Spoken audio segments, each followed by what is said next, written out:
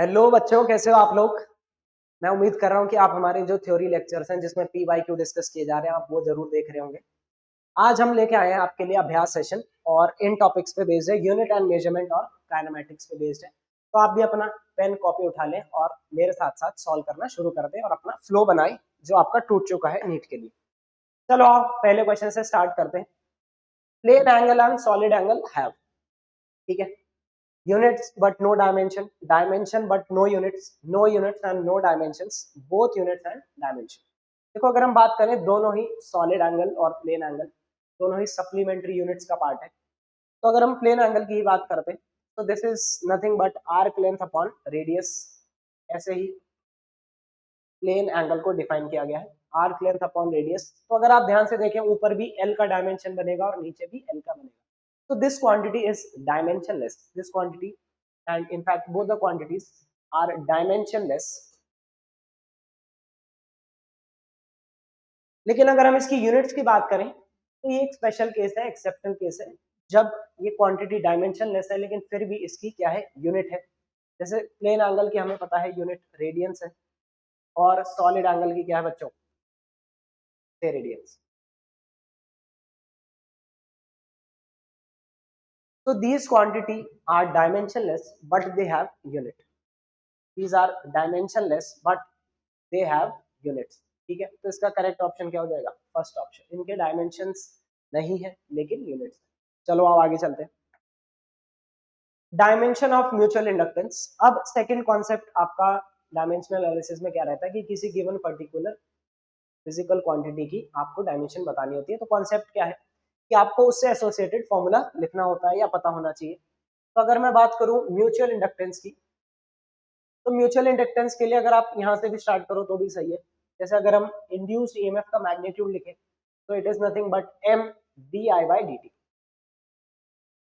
M D I by D T बिल्कुल self inductance जैसा ही है, M D I by D T. अब एम को आप क्या लिख सकते हो, E D T upon D I, E D T upon D I. ठीक है सर, सर ई का क्या करें अब। देखो अगर आपको याद हो, एनर्जी जो है उसको हम लिख सकते हैं Q into E is nothing but potential difference, तो Q इंटू V। तो V को भी आप सब्स्टिट्यूट कर दो, E upon Q that is charge, और यहां पर आ जाएगा आपका डी टी अपॉन डी आई। इसको तो हम पुट्टी कर देते हैं T, और डी आई आपका क्या हो गया, करंट हो गया। ठीक है, इसको सॉल्व कर लेते हैं, आंसर आ जाएगा। एनर्जी को क्या लिखोगे भाई, ये तो पता होगा सबको, M L square T minus two. और चार्ज कैसी क्वांटिटी है, फंडामेंटल के डिराइव्ड, भाई डिराइव्ड क्वांटिटी है तो इसको फंडामेंटल में एक्सप्रेस करना पड़ेगा। चार्ज को क्या लिख सकते हो, ए टी, और ए तो आपके पास इससे पहले भी और एक टी ऊपर है, तो टी और टी को आप कैंसिल कर दें, तो आंसर क्या हो जाएगा, M L square T minus two and this is A minus two. M L square T minus two A minus two, कौन सा ऑप्शन सही है भाई, थर्ड लग रहा है, थर्ड ऑप्शन आपका सही है। चलिए अगले क्वेश्चन पे चलते हैं। नेक्स्ट कॉन्सेप्ट क्या है, यहाँ पे एक कॉम्बिनेशन ऑफ फिजिकल क्वांटिटी दिया है, पहले क्वेश्चन पढ़ते हैं। Dimensions of b square upon 2 mu naught where b is magnetic field and mu naught is the magnetic permeability of vacuum is। तो यहाँ पर कॉन्सेप्ट क्या है भाई, अगर आपको एक कॉम्बिनेशन ऑफ क्वांटिटीज दिया हुआ है तो आपको उससे रिलेटेड कोई फॉर्मूला सोचना है। देखो यहाँ पे एक अप्रोच तो क्या, आप बी को अलग सॉल्व कर लो, म्यू नॉट को अलग कर लो, तो थोड़ा सा लेंथी हो सकता है। आपको सोचना है कि क्या कोई ऐसा फॉर्मूला है जो इन क्वांटिटीज को एक साथ रिलेट करता है। है सर क्या है, B square upon two mu. आपने एक चीज पढ़ी होगी, एनर्जी डेंसिटी, एनर्जी डेंसिटी, उसका हम यूज कर सकते हैं क्वेश्चन को, कैलकुलेशन को सिंप्लीफाई करने के लिए। एनर्जी डेंसिटी क्या लिखते हैं भाई लोग, देखो अगर हम इलेक्ट्रिक फील्ड में एनर्जी डेंसिटी लिखते थे तो half epsilon naught E square, और मैग्नेटिक फील्ड की लिखते थे तो B square upon two mu naught. तो this is nothing but energy density of magnetic field, और एनर्जी डेंसिटी होता क्या, एनर्जी पर यूनिट वॉल्यूम। तो इससे देखो आपका बहुत जल्दी हो जाएगा, energy per unit volume. Energy का तो सबको पता होता है, वर्क डन का लिख सकते हो या किसी भी एनर्जी का आप लिख सकते हो, M L square T minus two, और वॉल्यूम आपका क्या हो जाएगा भाई, एल क्यू। तो this is nothing but M L minus one T minus two. This will be the dimensional formula of B square upon two mu naught. ml-1 t-2, I think first option सही लग रहा है, ml-1 t-। तो dimensions के जो जो concept है हम एक एक करके कवर कर रहे हैं। चलो आगे चलते हैं। अब अगला जो है एप्लीकेशन ऑफ डायमेंशंस पे बेस्ड है। आओ पहले क्वेश्चन पढ़ते हैं। If P Q and R are physical quantities having different dimensions, having different dimensions, which of the following combination can never be meaningful quantity? भाई यहाँ पे इंपॉर्टेंट बातें क्या है, इनकी डायमेंशंस अलग अलग है और कौन सा पॉसिबिलिटी नहीं है, ये दो इंपॉर्टेंट बात है। उसके बाद कुछ कुछ कॉम्बिनेशंस दिए हुए हैं आपको। तो यहाँ पर आप क्या कर सकते हो, प्रिंसिपल ऑफ होमोजेनिटी, कॉन्सेप्ट किस पे बेस्ड है, प्रिंसिपल ऑफ होमोजेनिटी। अगर आपके डिफरेंट डायमेंशंस हैं तो उनको हम डायरेक्टली ऐड नहीं कर सकते, ना ही सब्ट्रैक्ट कर सकते। कॉन्सेप्ट क्या बेस्ड है भाई, प्रिंसिपल ऑफ होमोजेनिटी।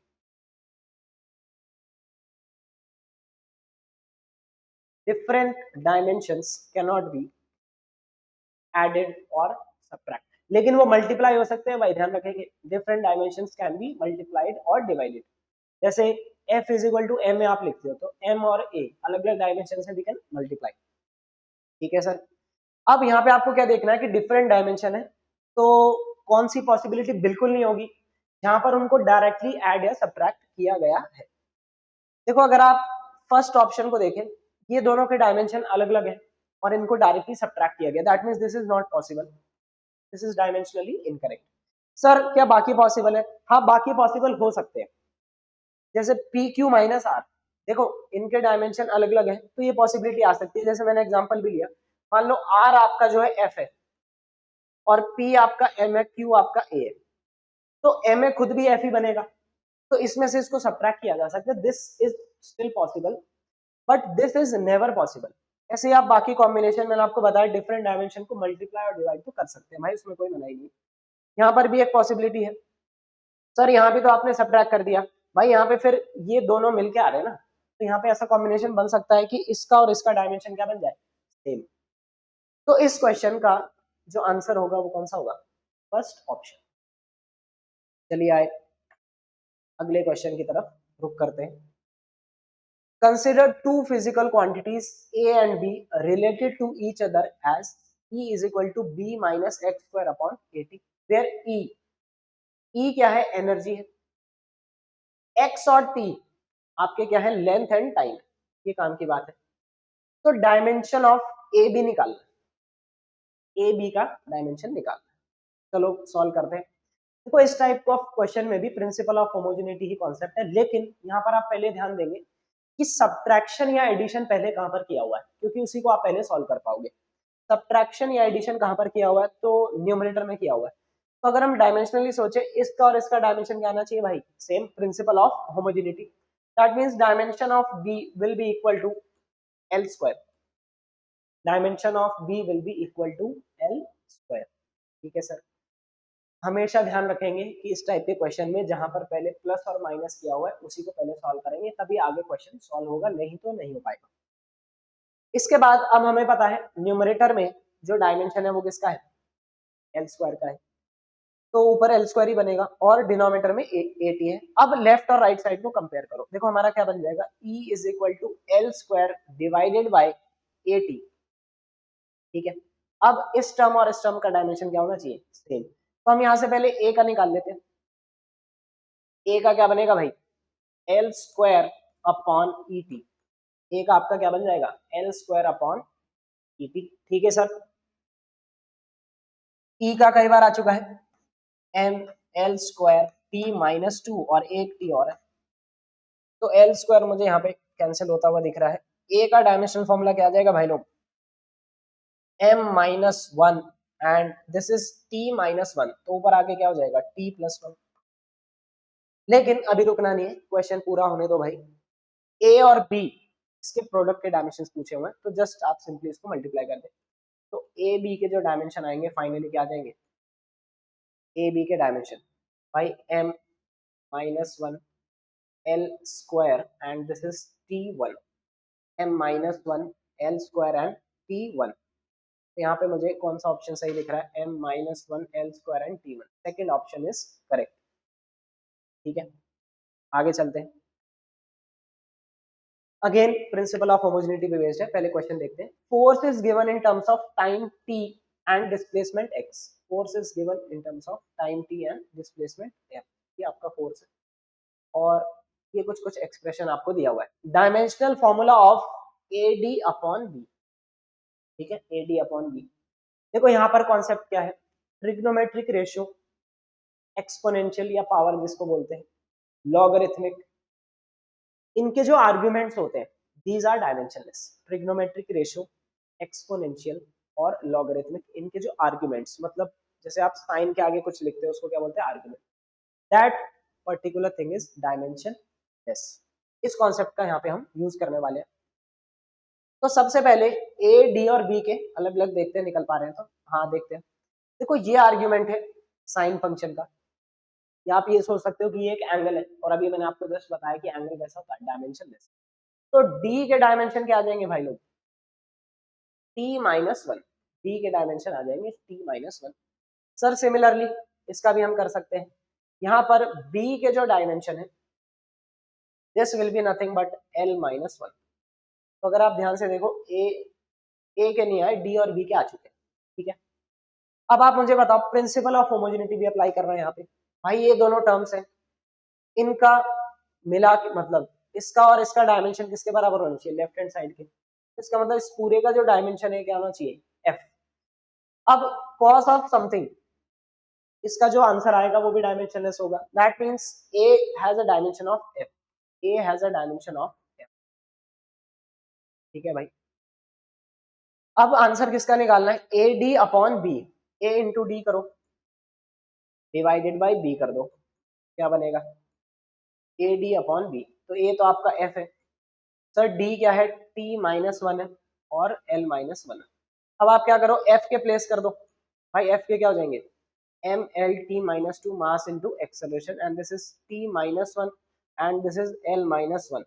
तो सिंप्लीफाई करो, M L square, ml square और t-3 बनता हुआ दिख रहा है कुछ, ml स्क्वायर और t-3। सर कोई है क्या ऑप्शन, हाँ ये लग रहा है, ml square t-3। Second option is correct for this question. चलें आगे, चलो आओ, चलो भाई अब डायमेंशंस की एप्लीकेशन पे आ रहे हैं धीरे धीरे। और क्वेश्चन पढ़ता हूं मैं आपके लिए। If units of a physical quantity A is converted into another units using dimensional analysis, the correct graph between the numerical value of a and its unit will be, ठीक है। कॉमन क्वेश्चन है, formula भी सबको पता है, n into you का product क्या रहता है, कांस्टेंट। n इंटू यू का प्रोडक्ट क्या रहता है भाई, कांस्टेंट। अब सबको ना ग्राफ याद होता है, n is inversely proportional to u। तो आप क्या करोगे, सीधा आंसर को टिक कर दोगे। लेकिन भाई वो तब आंसर होता ये वाला जब यहाँ पे n होता और यहाँ पे u होता। अब यहाँ पर क्या दिया हुआ है आपको, एन यू का प्रोडक्ट दिया हुआ है, ध्यान से देखेंगे सारे ऑप्शन, एन यू का प्रोडक्ट है और यहाँ पे एन और यू दिए हुए हैं, लेकिन यहाँ पे ये वाला ग्राफ नहीं दिया हुआ। दैट मीन्स ये दोनों तो आपके गलत हो गए। रेक्टेंगुलर हाइपरबोला की इक्वेशन है। तो यहाँ पर हमें इस कॉन्सेप्ट को यूज करना है कि ये जो प्रोडक्ट है ये तो आपका कांस्टेंट रहता है, ये जो प्रोडक्ट है ये तो कांस्टेंट रहता है। तो यहाँ पर ये जो प्रोडक्ट है कांस्टेंट कहाँ पे दिख रहा है आपको, ये देखो यहाँ पे दिख रहा है। एन यू का जो प्रोडक्ट है वो कांस्टेंट रहेगा, आप यू की कुछ भी वैल्यू ले लो, एन यू का प्रोडक्ट कांस्टेंट रहेगा, आप यू की वैल्यू कुछ भी ले लो। तो ऑप्शन कौन सा होगा भाई, फर्स्ट ऑप्शन करेक्ट है। यहाँ पर फर्स्ट ऑप्शन करेक्ट है। अगर यहाँ पे सिर्फ एन और सिर्फ यू होता तो ये वाला आंसर सही हो जाता। तो एक्सिस को ध्यान से ध्यान से पढ़ेंगे, गलती हो जाती है उसमें। आओ नेक्स्ट क्वेश्चन पे चलते हैं। Density of a material in CGS system दिया हुआ है 4 ग्राम पर सेंटीमीटर क्यूब, डेंसिटी दी हुई है। एक नया सिस्टम ऑफ यूनिट्स बनाया गया है जिसमें लेंथ आपकी कितनी है 10 सेंटीमीटर या यूनिट ऑफ लेंथ, और यूनिट ऑफ मास है 100 grams. Then the value of density of the material in this unit will be. तो कन्वर्जन ऑफ यूनिट्स पे बेस्ड क्वेश्चन है, सिंपल क्वेश्चन है। कौन सा फॉर्मूला लगाओगे, n1u1 is equal to n2u2, n1u1 is equal to n2u2 लगाएंगे, कोई दिक्कत, ठीक है सर। अब लेफ्ट साइड हम एक सिस्टम ऑफ यूनिट ले रहे हैं सीजीएस सिस्टम, ठीक है, 4 ग्राम पर सेंटीमीटर क्यूब दिया हुआ है। तो आप इसको ऐसे लिख सकते हो 4। देखो डायमेंशनली तो दोनों तरफ सेम आएगी ना यूनिट, तो हम इसको अगर हम डायमेंशनल लिखें तो ये हो जाएगा m/l3। और इस वैल्यू को नई यूनिट में निकालना है तो इसको हम n2 ही मान लेते हैं, और जो नई यूनिट है वो भी डायमेंशनली तो m/l3 ही होगी। हाई डेंसिटी क्या होती है? मास पर यूनिट वॉल्यूम। ठीक है, अब यहाँ पे रिस्पेक्टिव यूनिट्स आप पुट करें। m जो कि हम किस में लेंगे? ग्राम में। भाई यहाँ तो सीजीएस सिस्टम पुट करना है ना, m यहाँ पे किस में लोगे? ग्राम में। सर l किस में लेंगे? सेंटीमीटर, और इसका क्यूब। ठीक है भाई लोग, n2 हमें निकालना है। अब जो नया सिस्टम है उसमें m क्या लेना है, ध्यान से पढ़ेंगे, 100 ग्राम लेना है। नया सिस्टम जो है उसमें m 100 ग्राम ले लेंगे। ठीक है सर, और लेंथ कितनी लेनी है? 10 सेंटीमीटर। भाई कैलकुलेशन का थोड़ा सा ध्यान रखेंगे, 10 सेंटीमीटर और इसका भी क्या करना है? क्यूब करना है। 10 सेंटीमीटर का भी क्यूब करना है, बस, बाकी तो मैथ्स का काम है। जी को आप कैंसिल कर सकते हैं, तो यहाँ पर मेरे पास लेफ्ट साइड क्या बचा है? 4/सेंटीमीटर क्यूब बचा है, और यहाँ पे n2, यहाँ पर क्या है भाई लोग? 100 है, और डिनोमिनेटर में क्या है भाई? 10 का cube, that means 1000, and this is centimetre cube. तो सेंटीमीटर क्यूब भी आप कट कर सकते हैं। ये 2 0 और 1 0 यहाँ पे मल्टीप्लाई हो जाएगी, तो 40 is equal to n2। n2 की वैल्यू क्या आ रही है? 40। इसका मतलब नई यूनिट में इसकी वैल्यू क्या बनेगी? 40। तो यहाँ पर फोर्थ ऑप्शन करेक्ट बनता है। चलो आप अगले में चलते हैं। अगेन एप्लीकेशन ऑफ डायमेंशंस पे है। Speed v, area a and force f are chosen as fundamental units या फंडामेंटल क्वांटिटीज बोल सकते हो। Then the dimensions of Young's modulus बताना। ठीक है, तो यहाँ पे स्टार्ट कैसे करते हैं भाई? बेसिक से स्टार्ट करते हैं। यंग्स मॉड्यूलस जो है, मान लो v की पावर कुछ x पे डिपेंड कर रहा है, a की पावर y पे कर रहा है, और f की पावर z पे कर रहा है। ऐसे ही तो करते हैं। अब यंग्स मॉड्यूलस के डायमेंशन पता होने चाहिए आपको। भाई स्ट्रेस के बराबर ही होते हैं, क्योंकि स्ट्रेन तो डायमेंशनलेस होता है, और स्ट्रेस किसके बराबर होता है? प्रेशर के। तो यहाँ पर आ जाएगा फोर्स पर यूनिट एरिया, तो इसको मैं लिख सकता हूँ mlt-2 डिवाइडेड बाई एरिया। कोई दिक्कत? ठीक है sir, force per unit area. ठीक है भाई, ये आपका क्या है? स्पीड है, दैट मीन्स lt-1, और इसकी पावर x ले ली।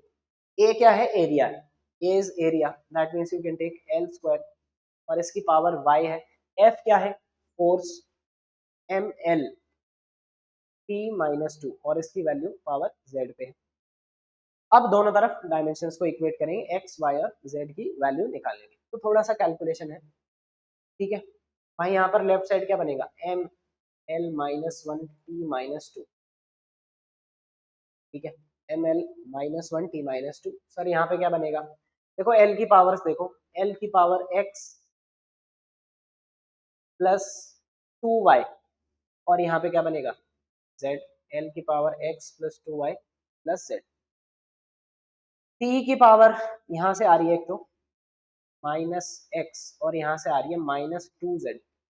ठीक है भाई लोग, और m तो इकलौता यहाँ से बच गया, m है z, m आपका है z। तो सबसे पहले तो m को ही कंपेयर कर लो, एक काम आसान हो गया। अच्छा, चारों ऑप्शन में m z जो है किसके साथ है? f के साथ है। तो हम ऑप्शंस पे भी नजर रखेंगे, पेपर में भी सॉल्व करते हुए। तो z तो सब में 1 है, इससे तो कोई फायदा हुआ नहीं। तो z यहाँ से क्या आ गया भाई लोग? 1। ठीक है, अब z1 आ गया, तो इसको थोड़ा सा देख लेते हैं। -x-2z, t के साथ है -2। ठीक है भाई, तो -x, z की वैल्यू पुट करो, this is -2 and this is also -2। तो ये तो खत्म हो गया सर, तो x क्या आ गया? 0। x आपका आ गया है 0। x किसके साथ है सर? v के साथ है, तो v का 0 तो एक ही ऑप्शन दिख रहा है। ठीक है, still let's check for y। अब इसको सॉल्व करो, इसके साथ है -1, that means -1 is equal to x plus 2y plus z। ठीक है, x की वैल्यू तो 0 है, इसका खेल खत्म हो गया। z की वैल्यू 1 है, तो ये 1 इधर जाएगा, that means -2 is equal to 2y। That means y की वैल्यू क्या आ गई? -1। तो यहाँ पे सारी चीज मैच होगी, फर्स्ट ऑप्शन आपका करेक्ट हो गया। ठीक है, चलो सर आगे चलते हैं। भाई नेक्स्ट टॉपिक जो इस चैप्टर से सिग्निफिकेंट फिगर, तो उससे भी मैंने एक क्वेश्चन ले लिया है। मैच द कॉलम टाइप है ताकि आपकी इसकी भी प्रैक्टिस हो जाए थोड़ी सी। लिस्ट 1 में आपको कुछ नंबर्स दिए हुए और लिस्ट 2 में सिग्निफिकेंट फिगर दिए हुए, दोनों को मैच करने। चलो आप देखते हैं फर्स्ट ऑप्शन क्या है, 1001। तो यहाँ पे रूल भी मैं आपको रिवाइज करा देता हूँ। अगर जीरोस दो नॉन जीरो नंबर के बीच में होती है तो you have to count those in significant. तो ये भी सिग्निफिकेंट है, ये भी है, और नॉन जीरो नंबर तो सिग्निफिकेंट है ही। तो यहाँ पे कितने हो गए, 4। भाई यहाँ पर हो गया आपके 4, ये सही लग रहा है। ऑप्शन पे भी नजर मार लें। अरे ए के साथ 4 मतलब ए के साथ 2, एक ही ऑप्शन है वैसे तो एलिमिनेशन से तो हमारा आंसर आ चुका है।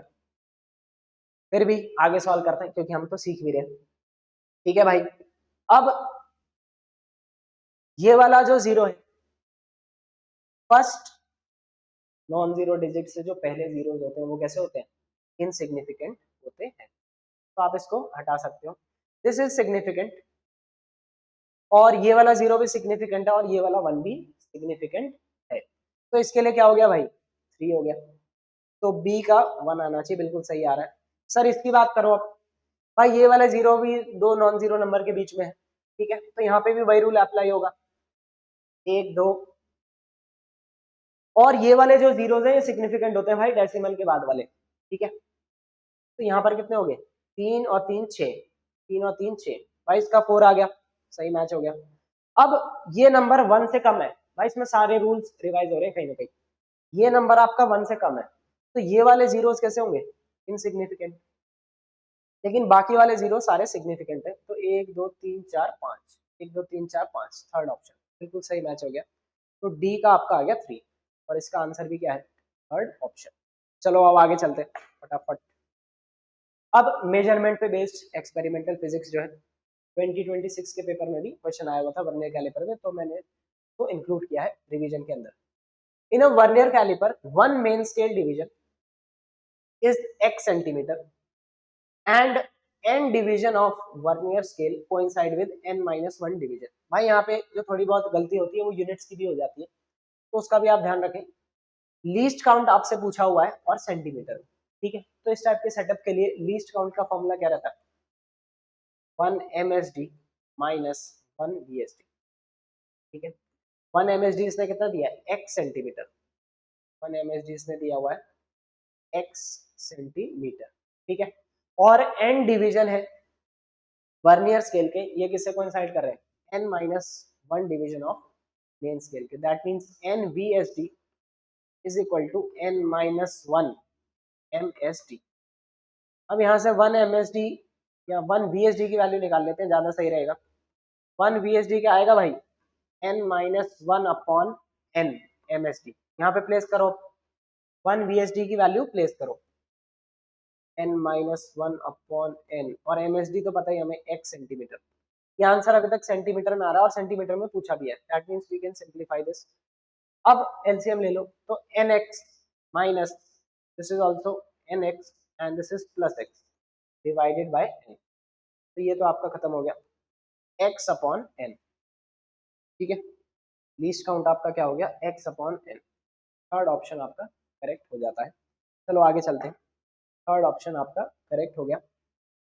In an experiment, the angles are required to be measured using an instrument in which 29 division of main scale exactly coincide with 30 division of the vernier scale, ठीक है। अगेन लीस्ट काउंट पे based ही question है, vernier scale पे ये थोड़ा सा language twist की हुई है, आपको घबराना नहीं है।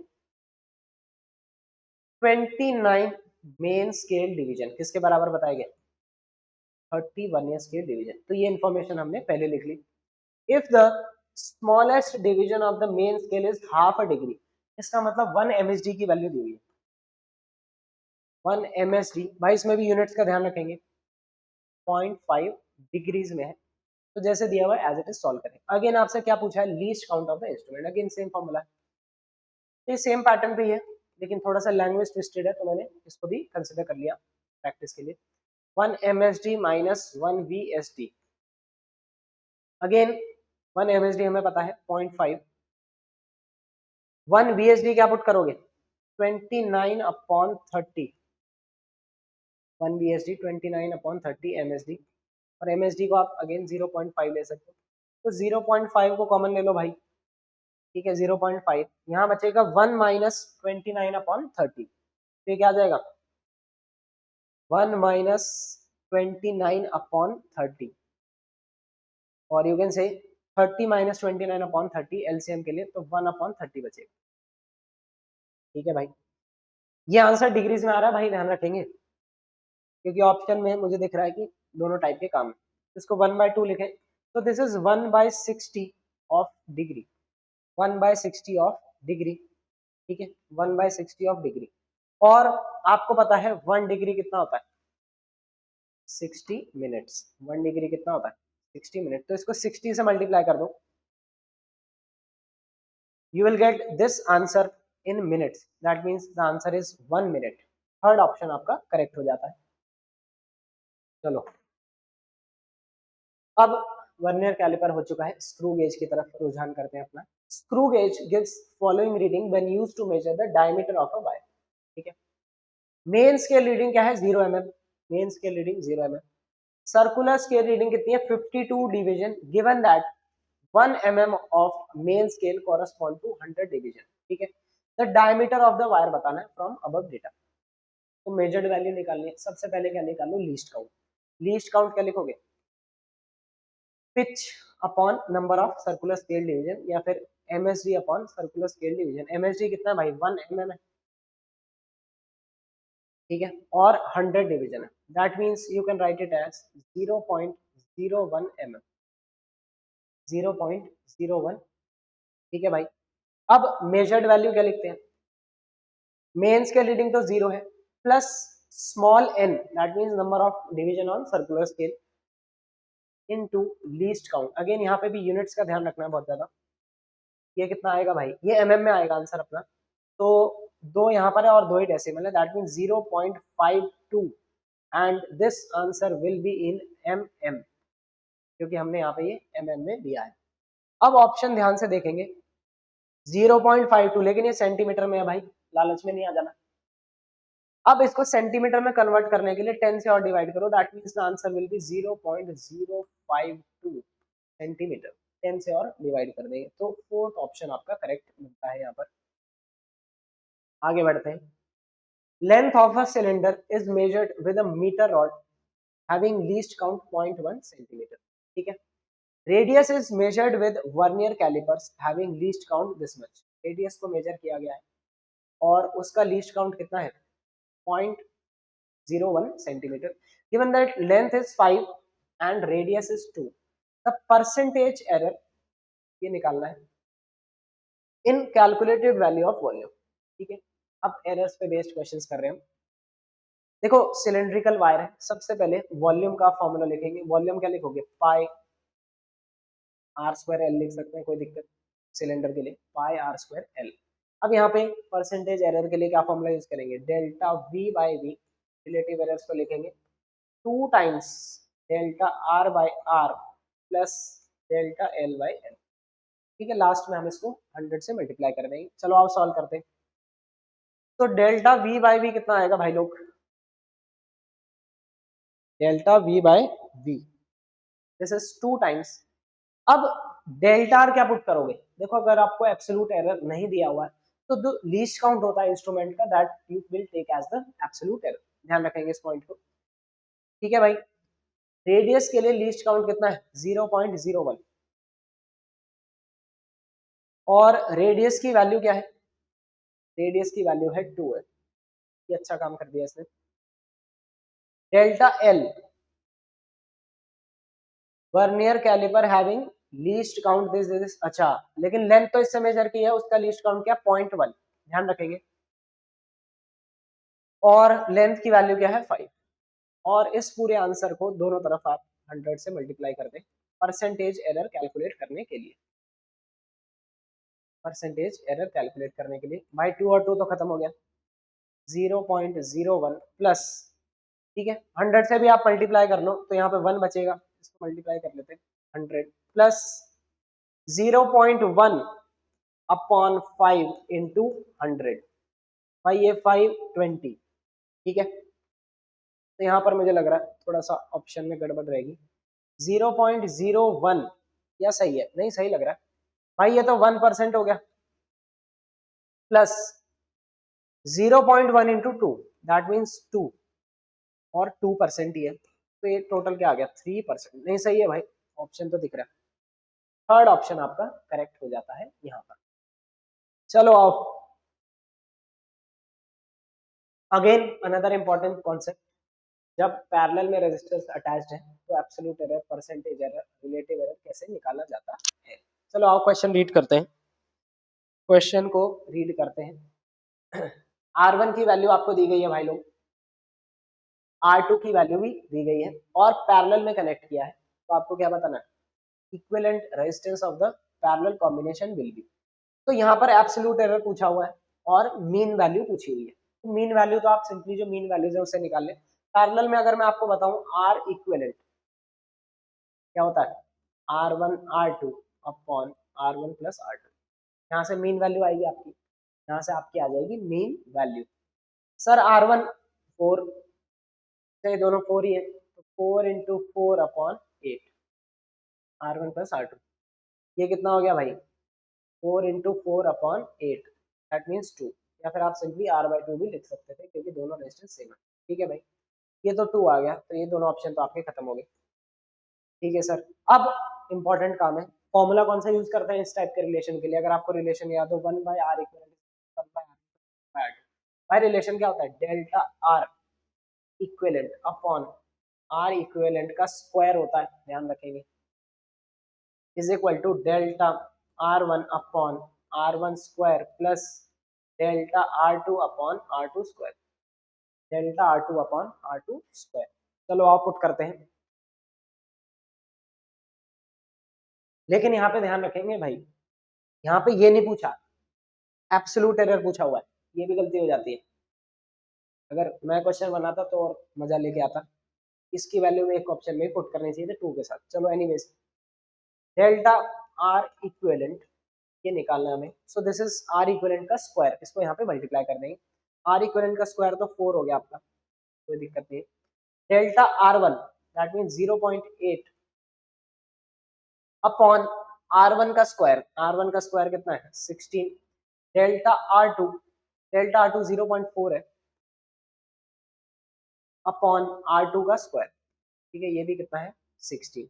अब यहाँ पे थोड़ा अच्छा लग रहा है, डेटा अच्छा दिया हुआ है, तो 4 4 that means this will B, आप 16 को कॉमन ले सकते हो, हाँ ऐसा ही कर लेते हैं, 16 को कॉमन ले लेते हैं, 16 को आप क्या करो कॉमन ले लो, तो 4 अपॉन 16 क्या हो गया भाई 1/4 and this will B 1.2, this will be what 1.2, 0.8 plus 0.4, ठीक है कोई दिक्कत।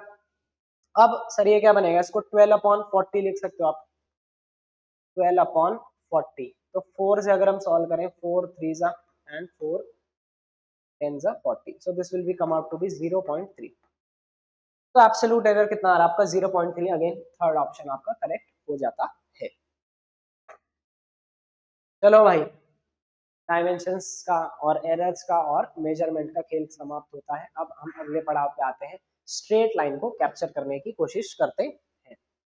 ठीक है, straight line again easy topic है, सारे जो फंडामेंटल चीजें हैं उसको हम डिस्कस करेंगे, थोड़े इजी क्वेश्चंस भी हैं, थोड़े मीडियम भी हैं, थोड़े अच्छे क्वेश्चंस भी हैं। Body covers 1/3 of the distance with a velocity v1, second 1/3 of distance with a velocity v2 and last 1/3 of the distance with a velocity v3, तो इक्वल डिस्टेंस के इंटरवल्स है, तो शॉर्टकट याद है वो अप्लाई कर सकता है, लेकिन हम बेसिक से सॉल्व कर लेते हैं। एवरेज वेलोसिटी, तो अगर ये स्ट्रेट लाइन में चल रहा है तो एवरेज वेलोसिटी और स्पीड क्या आएगी बराबर आएगी, तो आप एवरेज स्पीड का फॉर्मूला लगा लो, total distance upon total time. Quick quick brush up के लिए कुछ कुछ इजी क्वेश्चंस भी लिए गए, total distance upon total time, total distance upon total time, भाई टोटल डिस्टेंस 3d मान लेते हैं, इक्वल डिस्टेंस के इंटरवल है ना 3d, तो पहले d डिस्टेंस में टाइम कितना लगेगा, डिस्टेंस अपॉन स्पीड, अगले डी डिस्टेंस में डिस्टेंस अपॉन स्पीड, अगले डी डिस्टेंस में डिस्टेंस अपॉन स्पीड, बस बाकी मैथ्स का काम है। डी आप उड़ा सकते हो। नीचे एलसीएम क्या आएगा भाई, नीचे एलसीएम आ जाएगा v1 v2 v3, यहाँ पे क्या बचेगा v2 v3 plus v1 v3, बाकी मैथ्स का काम है, और यहाँ पे v1 v2, तो यहाँ पे क्या बन गया दोस्तों, इसको ऊपर ले आओ,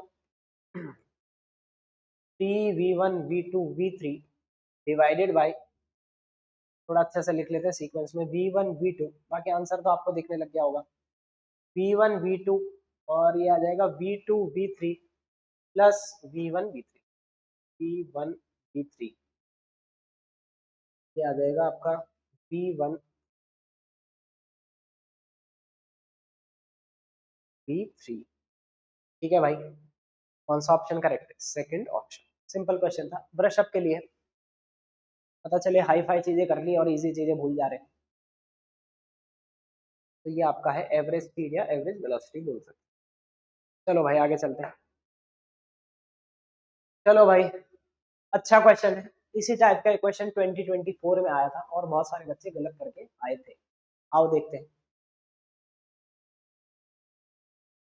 man walks for some time T, a man walks from, यहाँ पे तो फॉर होना चाहिए,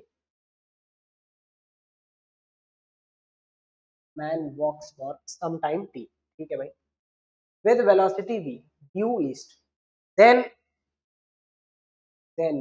यहाँ पे भी ही आना चाहिए, तो ये पेपर भी एमटी ने बना दिया क्या, बहुत मिस्टेक आ रही है। A man walks for some time T with velocity v due east, then he walks for some time, बाप रे, t with velocity v again but this time due north, ठीक है।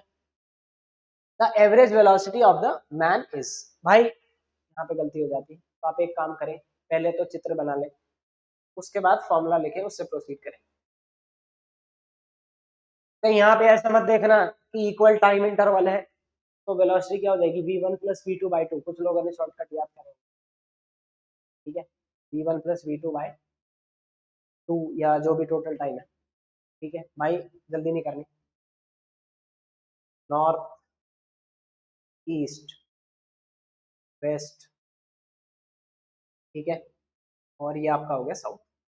देखो पहले कहाँ चलता है, for some time T with velocity v due east, due east चलने दो, v वेलोसिटी से t टाइम चलता है, तो कितना चलेगा टोटल vt, ठीक है sir. Then he walks for some time t with velocity v due north, north की तरफ चलाओ और अगेन कितना डिस्टेंस चलेगा vt, ठीक है। The average velocity of the man is, देखो एवरेज वेलोसिटी का फॉर्मूला क्या होता है, total displacement on total time, total displacement upon total time, put करो।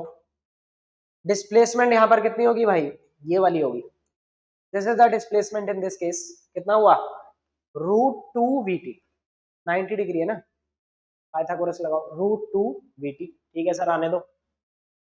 टोटल टाइम कितना लगा है 2t, टोटल टाइम कितना लगा है 2t, t ने t को मार दिया और ये आपका क्या बनेगा v अपॉन √2, v अपॉन √2। तो यहाँ पे डायरेक्शन भी पूछ सकता था और 2024 में भी ऐसा ही क्वेश्चन था जिसमें डायरेक्शन पूछी गई थी। तो v बाय √2, कौन सा ऑप्शन सही है भाई, फोर्थ ऑप्शन, ठीक है। आगे चलते हैं, धीरे धीरे हम पेस पकड़ेंगे, एक एक कॉन्सेप्ट कवर करेंगे, पीछे कुछ रह तो नहीं गया, नहीं रह गया। चलो भाई, अब धीरे धीरे हम अगले टॉपिक की तरफ आ रहे हैं, एवरेज स्पीड और एवरेज वेलोसिटी में हमने एक एक क्वेश्चन ले लिया। अब आएंगे motion with uniform acceleration, variable acceleration, graphs and so on. बहुत सीक्वेंस में चल रहे हैं ताकि आपको एक बार पुरानी यादें ताजा हो जाए, जैसे आप क्लास में पढ़ते थे, क्योंकि बहुत सारे बच्चों से मैंने अभी बात की जिनके बहुत ही शानदार मार्क्स आए हैं भाई इस बार, मतलब वो काउंट नहीं होंगे लेकिन आए थे, तो वो बार बार मिलके ही बोल रहे हैं सर पढ़ा नहीं जा रहा सर, जो चैप्टर हम पहले 1 घंटे में कर देते अब 3 घंटे में भी नहीं हो रहा सर, बैठा ही नहीं जा रहा, मैं बैठती हूँ तो नींद आ जा रही है, मैं बैठ रहा हूँ तो मैं सो जा रहा हूँ। भाई फ्लो में आना बहुत जरूरी है, तो बिल्कुल क्लास का फील आपके लिए हम लेके आए, बिल्कुल क्लास जैसा चल रहा है, जैसे सीक्वेंस में चलता है, तो वापस से आपकी सेटिंग हो जाएगी, दिमाग के अंदर वायरिंग डेवलप हो जाएगी, वापस से करंट दौड़ जाएगा न्यूरॉन्स के बीच में, ठीक है। बिल्कुल वही ऑब्जेक्टिव है, ताकि आप बिल्कुल फ्लो में आ जाए वापस, जो आपका नीट से जस्ट पहले था। रीनीट में भी सेम फ्लो रखें। चलो सर आओ, मुझे लग रहा है कि बच्चे जो है थोड़ा सा स्लो हो गए हैं, हो सकता है इसलिए मैं 15 मिनट बढ़ा दिया मे बी। चलो आओ, body travels 102.5 metre in nth second and 115 metre in n+2th second, the acceleration is, ठीक है। डिस्प्लेसमेंट इन nth सेकेंड का फॉर्मूला बेसिक फॉर्मूला है, बाकी मैथ्स का काम है। आओ सॉल्व करते हैं। पहले बेसिक फॉर्मूला लिखो, डिस्प्लेसमेंट इन nth सेकेंड क्या हो जाएगा, q प्लस a/2 2n-1। अब कुछ लोगों को मैंने यहाँ पे गलती करते देखा है, कुछ बच्चों को u को 0 मान लेते हैं। अरे भाई आप कैसे मान सकते हो 0? 0 नहीं मानेंगे, अपने आप आएगा जो आएगा। आप बेसिक से सॉल्व करें, आप उसको नॉन जीरो मानेंगे, ठीक है। डिस्प्लेसमेंट इन nth सेकेंड, भाई पहले क्या दिया हुआ है, 102.5 दिया, 102.5 इन nth सेकेंड, ठीक है। n को n पुट करना कोई दिक्कत नहीं है, तो एक इक्वेशन तो यहीं पे बन गई, q प्लस a/2 2n-1, इसमें तो कोई दिक्कत नहीं। दो वेरिएबल है तो एक और इक्वेशन चाहिए, दूसरी इक्वेशन के लिए ही इंफॉर्मेशन दी गई है। सर ये क्या है, 115, u तो u ही रहेगा, a/2, अब n की जगह क्या है, n+2 है, तो भाई n की जगह n+2 डालना है, ब्रैकेट में डालना है, यहाँ पे गलती मत कर देना, ब्रैकेट में n+2 आएगा -1। इसको थोड़ा सिंप्लीफाई करो, u plus a/2 2n+4-1, that means 2n+3, यही लग रहा है अभी तो, 2n+3, ठीक है। अब निकालना क्या है, एक्सेलरेशन निकालना है, तो आप दोनों इक्वेशन को माइनस कर दो, इन दोनों को, u आपका कैंसिल हो जाएगा, दोनों इक्वेशन को माइनस कर दे, ठीक है। सर यहाँ पे माइनस करेंगे तो क्या बनेगा, यहाँ पे करो, इसमें से ही माइनस कर दो, आगे साइन का थोड़ा गड़बड़ ना हो, ठीक है भाई। 115 तो ये हो जाएगा 10, मतलब 12.5, 115 से पहले 105 पे जाएंगे और फिर 2.5 और ऐड करेंगे, दैट मीन्स 12.5। यू और यू तो खत्म हो जाएंगे, a/2 कॉमन, a/2 आपका कॉमन। अब यहाँ पे कमाल की बात क्या है, n भी खत्म होता दिख रहा है, या फिर खत्म होना चाहिए तभी आंसर आएगा भाई, तो 2n+3 माइनस 2n+1, सर यहाँ तो मजा आ गया, 2n खत्म हो गया, ठीक है, और ये +1 हो जाएगा क्योंकि यहाँ पे एक माइनस पहले से है, तो ये 4 हो जाएगा आपका, ठीक है भाई, 4 और ये 2, that means this is 2a, तो a you can say 12.5/2, that means 6.25 metre पर सेकेंड स्क्वायर, 6.25 मीटर पर सेकेंड स्क्वायर, फर्स्ट ऑप्शन आपका करेक्ट हो जाता है। चलो आओ आगे चलते हैं भाई, जोश से काम कर रहे हैं, अभी थकेंगे नहीं, हारेंगे नहीं, चलते रहेंगे। चलो आओ अगले कॉन्सेप्ट पे चलते हैं, motion under gravity. Stone throne upwards with a speed u from the top of a tower reaches the ground with a velocity 3u, the height of the tower is, ठीक है।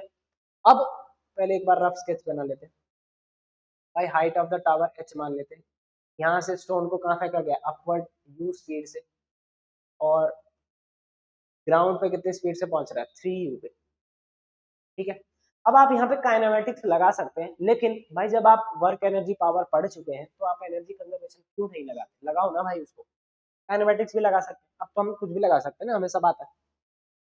काइनेमेटिक्स से छोड़ो, आप सीधा किसे करो, एनर्जी कंजर्वेशन।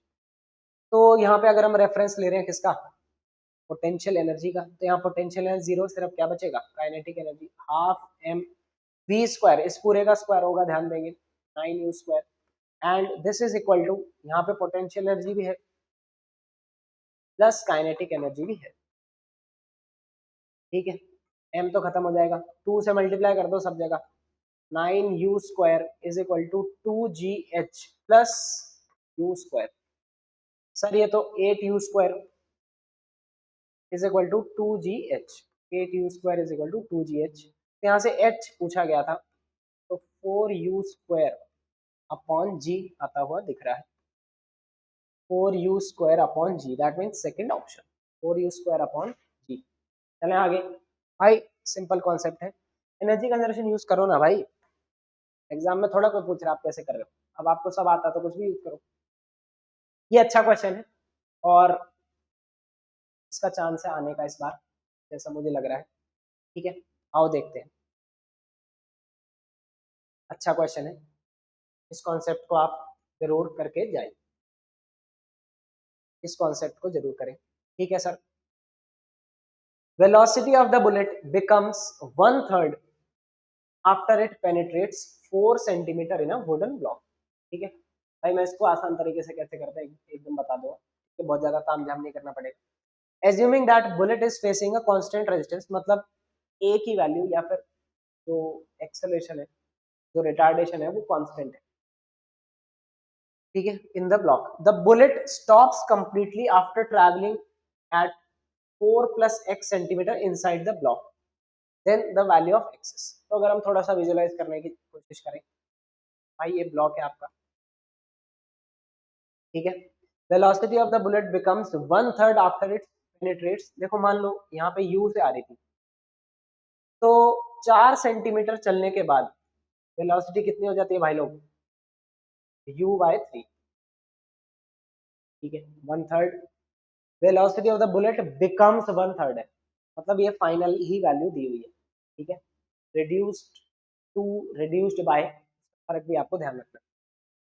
और क्या बोल रहा है, बुलेट स्टॉप्स कंप्लीटली, मतलब वेलोसिटी जीरो हो जाती है यहाँ पे after travelling at a distance 4 + x, that means 4, तो ये आपका x है। पहले तो आपको फिगर समझ आनी चाहिए, विजुअलाइज करना आना चाहिए।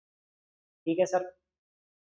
अब यहाँ पे थोड़ा सा इजी कर लेते हैं, एक रिजल्ट आप छोटा सा याद कर लो, हालांकि बहुत सारे लोगों को याद भी होगा। भाई स्टॉपिंग डिस्टेंस का एक कॉन्सेप्ट होता है, तो स्टॉपिंग डिस्टेंस अगर आपका एक्सेलरेशन कांस्टेंट रहता है, रिटार्डेशन कांस्टेंट रहता है, तो वो कितना होता है, u²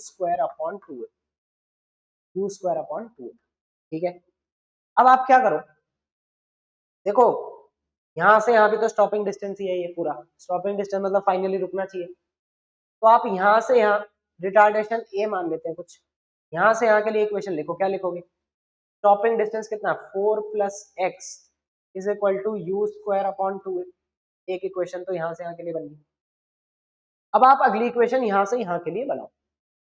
स्टॉपिंग डिस्टेंस इस बार कितना है, x है, और कितना आएगा, इस बार u क्या लोगे भाई, u/3 लेंगे, यहाँ पे ध्यान रखेंगे, u², that means u²/9 × 2a। ठीक है, हमें निकालना क्या है, x निकालना है, तो आप ऐसा करो, दोनों को डिवाइड करो, दोनों इक्वेशंस को डिवाइड कर दो, तो u²/2a और u²/2a खत्म हो गया भाई, ये मिनिमम कैलकुलेशन में आपका खेल खत्म हो जाएगा। 4 + x/x = कितना हो गया, 1/, ये तो खत्म हो गया, ये 9 ऊपर आ जाएगा ना आपका, सो दिस इज 9/1। ठीक है सर, यहाँ से क्या बना, 4 + x = 9x, तो 8x कितना आ गया, 4, 8x कितना आ गया, 4, तो x की वैल्यू क्या आ जाएगी, 1/2, दैट मीन्स 0.5। यहाँ पे करेक्ट ऑप्शन कौन सा हो गया, थर्ड ऑप्शन, थर्ड ऑप्शन आपका करेक्ट हो जाता है। चलें आगे। अब इस टाइप का क्वेश्चन भी आया था इस नीट सेशन में, तो इस टाइप का मैंने भी एक लिया है। अगर कांस्टेंट एक्सेलरेशन है, तो पार्टिकल का पोजीशन, वेलोसिटी और एक्सेलरेशन वर्सेस टाइम ग्राफ आपको बनाना है। आई होप ये दिख पा रहा है। ठीक है, तो सिंपल सा काम है भाई, अगर a कांस्टेंट होता है तो v is proportional to t होता है, या फिर आप इक्वेशन ऑफ मोशन लिख लो, v = u + at होता है। तो v और t का ग्राफ कैसा बनेगा, v और t का ग्राफ स्ट्रेट लाइन बनेगा, देख सकते हो, v की पावर 1 है और t की भी पावर कितनी है, 1, this will be a straight line, this will be a straight line, v और t का ग्राफ बनेगा आपका स्ट्रेट लाइन। ठीक है सर, और पॉजिटिव स्लोप होगी और पॉजिटिव वाई इंटरसेप्ट होगा, तो समथिंग लाइक दिस, v और t का ग्राफ कुछ इस प्रकार बन जाएगा, कुछ इस प्रकार। ठीक है, ये u हो जाएगा और इसका स्लोप आपको क्या दे देगा, एक्सेलरेशन। ठीक है सर, अच्छा पहले तो वही चेक कर लेते हैं, ये ऑप्शन तो है नहीं, और ये भी आपका डिक्रीजिंग स्लोप है। ठीक है, और आगे चलते हैं। अब पोजीशन, अच्छा एक्सेलरेशन तो कांस्टेंट ही, अच्छा ये तो सारे कांस्टेंट ही हैं तो इसमें कोई एलिमिनेट नहीं हो पाएगा। एक्स की अगर हम बात करें तो क्या लिखोगे, you t plus half a t square. तो एक्स और टाइम का ग्राफ क्या बनेगा, पैराबोलिक बनेगा। टी की मैक्सिमम पावर 2 है, एक्स की 1 है, पैराबोलिक। एक्स और टाइम का ग्राफ, हाँ स्टैंडर्ड पैराबोला नहीं है लेकिन बनेगा पैराबोलिक। तो आपका ये ऑप्शन गलत हो जाता है, स्ट्रेट लाइन तो बनेगा नहीं, ये भी गलत हो जाता है। ठीक है, अब सही जवाब कौन सा होगा। अब यहां पर अगर आप देखो वीटी ग्राफ, एटी ग्राफ और एक्सटी ग्राफ, ठीक है, एक्सटी पैराबोलिक, ये दोनों ऑप्शन तो एलिमिनेट हो चुके हैं ना आपके। Eighty constant, VT straight line और ये पैराबोलिक, तो ये ऑप्शन आपका सही हो जाता है। अब सर फोर्थ ऑप्शन क्यों नहीं होगा, देखो आपने ए को क्या लिया है पॉजिटिव, ए को क्या लिया है पॉजिटिव, ठीक है भाई, इनिशियल वेलोसिटी भी पॉजिटिव है तो वेलोसिटी टाइम के साथ बढ़नी चाहिए, हमने ये वाला ऑप्शन ऐसे एलिमिनेट किया। यार ए अगर नेगेटिव होता तो ऐसे भी तो बन सकता है ना, तो ये ऑप्शन कैसे एलिमिनेट किया आपने, ग्राफ को मतलब ऑप्शंस को देख के सॉल्व किया भाई। ए आपने देखा सब में पॉजिटिव है, ए सब में पॉजिटिव है, इनिशियल वेलोसिटी भी सब में पॉजिटिव है, तो टाइम के साथ वेलोसिटी क्या होगी, increase. So this question you have to take some help from the options to eliminate. ये भी हो सकता था, इसमें भी कोई बुराई नहीं, ठीक है। चलो आओ, मोशन अंडर ग्रेविटी पे बेस्ड है। Body is release from the top of a tower of height h, release किया गया है, इनिशियल स्पीड 0 है। फॉर्मेशन को ग्रैब कर लेंगे क्वेश्चन रीड करते हैं। It takes time, t time to reach the ground, ठीक है। Where is the body, t/2 time after the release. भाई यहाँ पर जो मैंने कॉमन मिस्टेक देखी है स्टूडेंट्स की, ये जो लोकेशन है ये ग्राउंड से पूछी गई है। बहुत सारे बच्चे के हैं ऊपर से निकाल लेते हैं और फिर कहते हैं अच्छा अच्छा सही हो गया, फिर गलत मार्क करके आ जाते हैं। ठीक है, बहुत सिंपल सा क्वेश्चन है, इसीलिए मैंने क्वेश्चन लिया कि जिसमें मिस्टेक होती है। देखो अगर आप h हाइट से रिलीज करोगे, इनिशियल स्पीड आपकी कितनी है 0, तो नीचे पहुंचने का टाइम क्या लगेगा, √2h/g, ये तो याद होना चाहिए आपको, ठीक है। अब where is the body, t/2 time after the release, तो t/2 टाइम के बाद बॉडी कितना नीचे आ जाएगी, यहाँ पे इक्वेशन लगा दो, s is equal to u t plus half a t square लगा सकते हैं, u तो 0 है, half a t square that means t square upon 4, half a t square that means t square upon 4, ठीक है। T को क्योंकि हमने क्या पुट किया t/2, तो ये कितना आएगा भाई G T square upon 8, G T square upon 8। अब इसको h के टर्म्स में लिखना है, ठीक है, तो आपको पता है या तो आप h को यहाँ से भी लिख सकते हो नहीं तो यहाँ से भी लिख सकते हो। देखो h की वैल्यू कितनी है, half G T square, h की वैल्यू कितनी है, हाफ जी टी स्क्वायर, तो इसको हम लिख सकते हैं h/4, h/4 half G T square है ना, तो जी टी स्क्वायर बाई 8 बन जाएगा। तो इसका मतलब यहां से कितना नीचे आया भाई, h/4, तो जमीन से कितना ऊपर होगा 3h/4, यहाँ पे मिस्टेक हो जाती है, आपको ग्राउंड से पूछा गया, तो ग्राउंड से कितना ऊपर है 3h/4, तो करेक्ट ऑप्शन कौन सा हो गया, थर्ड ऑप्शन। चलो आओ आगे चलते हैं फटाफट, अच्छा सिलसिला चल रहा है अभी तक। Initial velocity of a particle is u at t is equal to 0 and acceleration is given by this thing, ठीक है। तो acceleration जो है सिंबल इसने कुछ और यूज कर लिया, घबराने की कोई बात नहीं। दूसरी बात, a जो है कुछ कांस्टेंट टर्म है, which of the following relations is valid, v जो है यहाँ पर फाइनल वेलोसिटी की बात कर रहा है। भाई मैंने यहाँ पे बहुत सारे बच्चों को गलती करते हुए देखा है, तभी मैंने क्वेश्चन किया। बहुत सारे बच्चे अभी भी यहाँ पर क्या लगा देंगे, v is equal to u plus a t, u तो u ही है, a कितना है, मतलब a को इसने f ले लिया और f कितना है 80, तो u plus a t square करके आ जाते हैं और वही फर्स्ट ऑप्शन दिखता है जो कि गलत आंसर है, ठीक है। सर क्यों गलत है, यार एक्सेलरेशन आपकी वेरिएबल है ना, टाइम डिपेंडेंट है, वेरिएबल है, तो आप कांस्टेंट एक्सेलरेशन वाली इक्वेशन कैसे लगा पाओगे, ध्यान रखेंगे, गलती हो जाती है जल्दबाजी में, इसलिए क्वेश्चन मैंने यहाँ पे पिक किया। तो आपको स्क्रैच से चलना है, अगर एक्सेलरेशन वेरिएबल है, एक ही ऑप्शन है इंटीग्रेशन एंड डिफरेंशिएशन वाला, अगर आपको याद, ठीक है सर। तो आप क्या लिखोगे, एक्सेलरेशन जो है it is nothing but dv upon dt, and that is equal to AT। तो dv की वैल्यू क्या आ जाएगी, AT dt। dv की वैल्यू AT dt, इसको हम करेंगे इंटीग्रेट। तो इंटीग्रेट भाई, एक्सेलरेशन वेरिएबल है तो एक ही ऑप्शन रहता है हमारे पास। अब t0, यहाँ पे इनिशियल स्पीड u, किसी टाइम t पे v, तो ये क्या आ जाएगा v माइनस यू। अब a तो कांस्टेंट है, आपको मानना ही पड़ेगा कांस्टेंट, हालांकि इनको देना भी चाहिए था। a कांस्टेंट है, t dt भाई t स्क्वायर अपॉन 2। तो यहाँ पे जो एग्जैक्ट रिलेशन बनेगा it will be u plus a t square upon 2 and which is the second option. तो ये आपका सही हो जाता है यहाँ पर। चलो आगे चलते हैं। Position of a particle as a function of time t is given by this a b और c कांस्टेंट है। पार्टिकल अटेन जीरो एक्सेलरेशन, इसमें भी कंफ्यूजन रहता है बच्चों, करना क्या है भाई, क्वेश्चन की स्टेटमेंट को अच्छे से पढ़ो ना। जब वो इसकी एक्सेलरेशन जीरो हो जाती है तो उसकी वेलोसिटी बताओ क्या। ठीक है, अगेन इजी क्वेश्चन है, थोड़ा सा प्रैक्टिस के लिए लिया गया है ताकि आपके बेसिक्स क्लियर हो जाए। भाई पोजीशन आपको दिया हुआ है a t plus b t square minus c t cube. ठीक है, वेलोसिटी यहां से कैसे निकालोगे, डिफरेंशिएट कर दो। ए टी का तो ए हो गया, ये टू बी टी हो गया सर, ये हो गया अपना टू बी टी। सर ये क्या हो जाएगा, t c t square, t c t square. अब यहाँ पे नहीं रुकना, ए तक आना है क्योंकि हमें ए को जीरो करना है। अब एक्सेलरेशन के लिए दोबारा डिफरेंशिएट करो, ये तो कांस्टेंट है, जीरो हो गया सर, यहाँ पे क्या बचेगा टू बी माइनस ये हो जाएगा सिक्स सी टी, इसको जीरो करेंगे। ठीक है सर, सर इसको जीरो कर दिया तो यहाँ से आपके पास टी की वैल्यू आएगी, टी की वैल्यू क्या आ जाएगी b upon three c, b upon three c. अब इस टाइम पे वेलोसिटी बतानी है भाई। अब इस टाइम को आप पुट करो वेलोसिटी के फंक्शन में, जो आंसर आ रहा है वही आंसर है। ए तो एज इट इज है और वो हर ऑप्शन में दिख रहा है तो कोई दिक्कत नहीं है।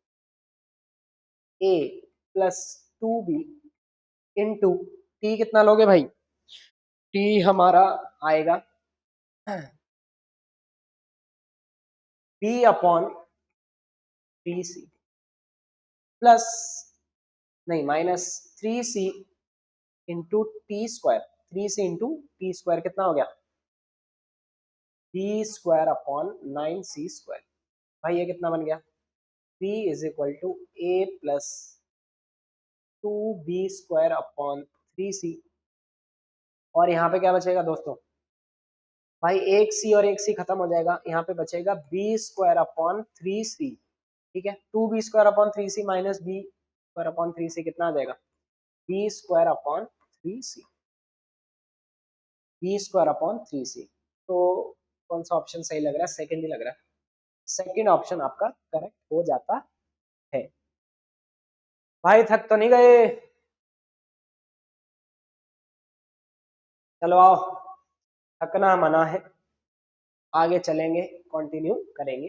इजी इजी क्वेश्चन है, कॉन्सेप्चुअल क्वेश्चन है, जिनके ज्यादा चांस है, जिन कॉन्सेप्ट के ज्यादा आने की प्रोबेबिलिटी है, डायरेक्टली और इनडायरेक्टली ये को ही कैटर किया गया है। अगर आप ध्यान से सोचें तो हर कॉन्सेप्ट का एक ही क्वेश्चन मैंने लिया ताकि आपकी ओवरऑल एक कॉम्प्रिहेंसिव रिवीजन हो जाए। चलो सर आगे चलते हैं। स्टेटमेंट बेस्ड क्वेश्चन, एक मैथ्स का कॉलम भी मैंने लिया था, स्टेटमेंट बेस्ड भी है, तो हर प्रकार के सारे तरीके से आपको तैयारी कराई जा रही है, ऐसे ही बने रहे, आगे तक करते रहे। चलो आओ भाई, स्टेटमेंट वन क्या है, area under velocity time graph gives the distance travelled by the body. Sir सही है कि गलत है, भाई area under velocity time graph क्या देता है, डिस्प्लेसमेंट देता है। डिस्टेंस दे भी सकता है नहीं भी दे सकता है, डिपेंड करता है, लेकिन हमें लालच में नहीं आ जाना, हमें जैसा पता है वैसा ही फॉलो करना है। Area under velocity time graph क्या देता है, डिस्प्लेसमेंट, तो ये स्टेटमेंट आपका गलत हो जाता है। Area under acceleration time graph किसके बराबर, change in velocity, change in velocity in the given time, ये सही है एकदम। भाई कुछ लोगों को यहाँ भी कंफ्यूजन रहती है, area under velocity time graph is not equal to velocity is equal to change in velocity, ये स्टेटमेंट सही हो जाता है। सर कौन सा ऑप्शन सही है, वन आपका गलत है और टू सही है, थर्ड ऑप्शन करेक्ट हो जाता है। चलो आओ, अब वीटी ग्राफ दिया हुआ है और जो कि स्ट्रेट लाइन है अलग अलग जगह पे। अगर आपको ये क्वेश्चन थोड़ा सा ब्लर दिख रहा है, दोबारा से बना देता हूँ ग्राफ। ठीक है, ये 4 है, ये 2 है, ये 0 है और ये -2 है। ठीक है, ये ऐसा कुछ है भाई। चलो आप लोग सॉल्व करना शुरू कर सकते हैं। 1 2 3 4, भाई ये 4 से पास नहीं हो रहा, कुछ आगे से हो रहा है। And this is 5 and this is 6। Again important concept, अगर मैं री नीट के लिए प्रेडिक्ट करूं, थोड़ा सा भविष्यवाणी करूं, इसके आसपास जरूर क्वेश्चन बनना चाहिए। ठीक है सर, टाइम सेकंड में दिया हुआ है, ये डी पॉइंट है, ये एस है, ये बी है और ये ए है। ठीक है, वेलोसिटी मीटर पर सेकंड में दी गई है इधर। ठीक है, अब टोटल डिस्टेंस पूछा हुआ है आपसे। टोटल डिस्टेंस कैसे निकालते हैं वीटी ग्राफ से भाई? Area under the curve without considering the sign. ठीक है, ये एरिया आपको निकालना है बिना साइन को कंसिडर करें। अब यहाँ पे थोड़ा सा ट्विस्ट क्या है, ये जो एस है इसकी वैल्यू कितनी है? 4.333, 4.333। तो यहाँ पे थोड़ा सा अच्छा लग रहा है क्वेश्चन, आओ देखते हैं। ये एरिया आपको निकालना है, कुल मिला के काम तो यही है। ठीक है, अब भाई ये 2 है और ये 3 है, इतना तो आप फील कर पा रहे हैं। ये आपका क्या चीज है? ट्रेपीजियम। ट्रेपीजियम का एरिया क्या हो गया? Half into sum of parallel side. ठीक है, 4.333 sum of parallel side, this and this is 1 into height. Height कितना भाई? यहाँ पे 4 है, हाइट 4 है, तो इसका तो आंसर आ गया। अब ये वाला एरिया भी आपको पॉजिटिव लेना है क्योंकि डिस्टेंस पूछा गया। सर ये एरिया कैसे निकालेंगे? अब इसकी तो लेंथ दी हुई है कि नहीं दी हुई? दी हुई है, तो इसको आप थोड़ी देर के लिए क्या लिख लो, ये लेंथ कितनी हो जाएगी भाई? 6 माइनस 4.333, 6 माइनस 4.333। और डेफिनेटली ये जो हाइट है जो आपको दिखाया गया वही लेनी पड़ेगी। तो यहाँ पर क्या बनेगा? Half into base into height, half into base into height. ठीक है, एक second, half into base, base आपका ये बन गया दोस्तों।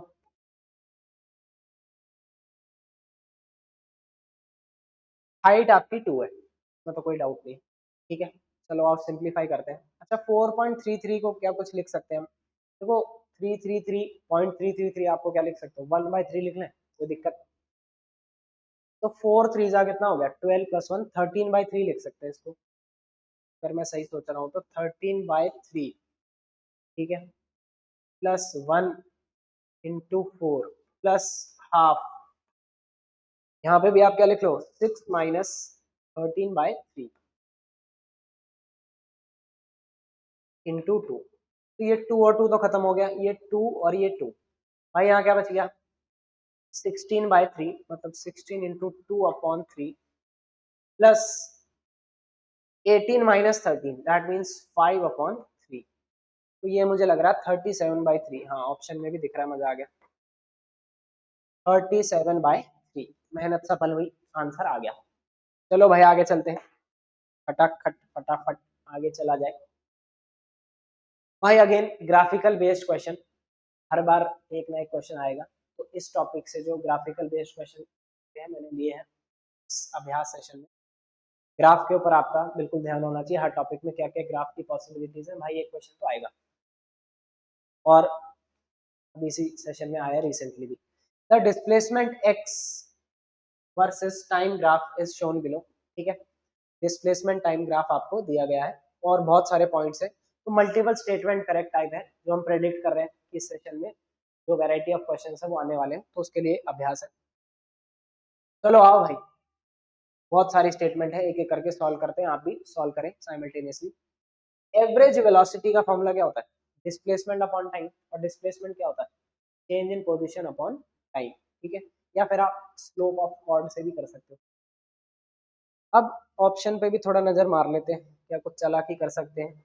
सी और सी तो दो में है, ठीक है। अच्छा ए जो है एक में है, चलो आओ स्टार्ट तो करें एक बार। ई जो है 3 में है, ठीक है।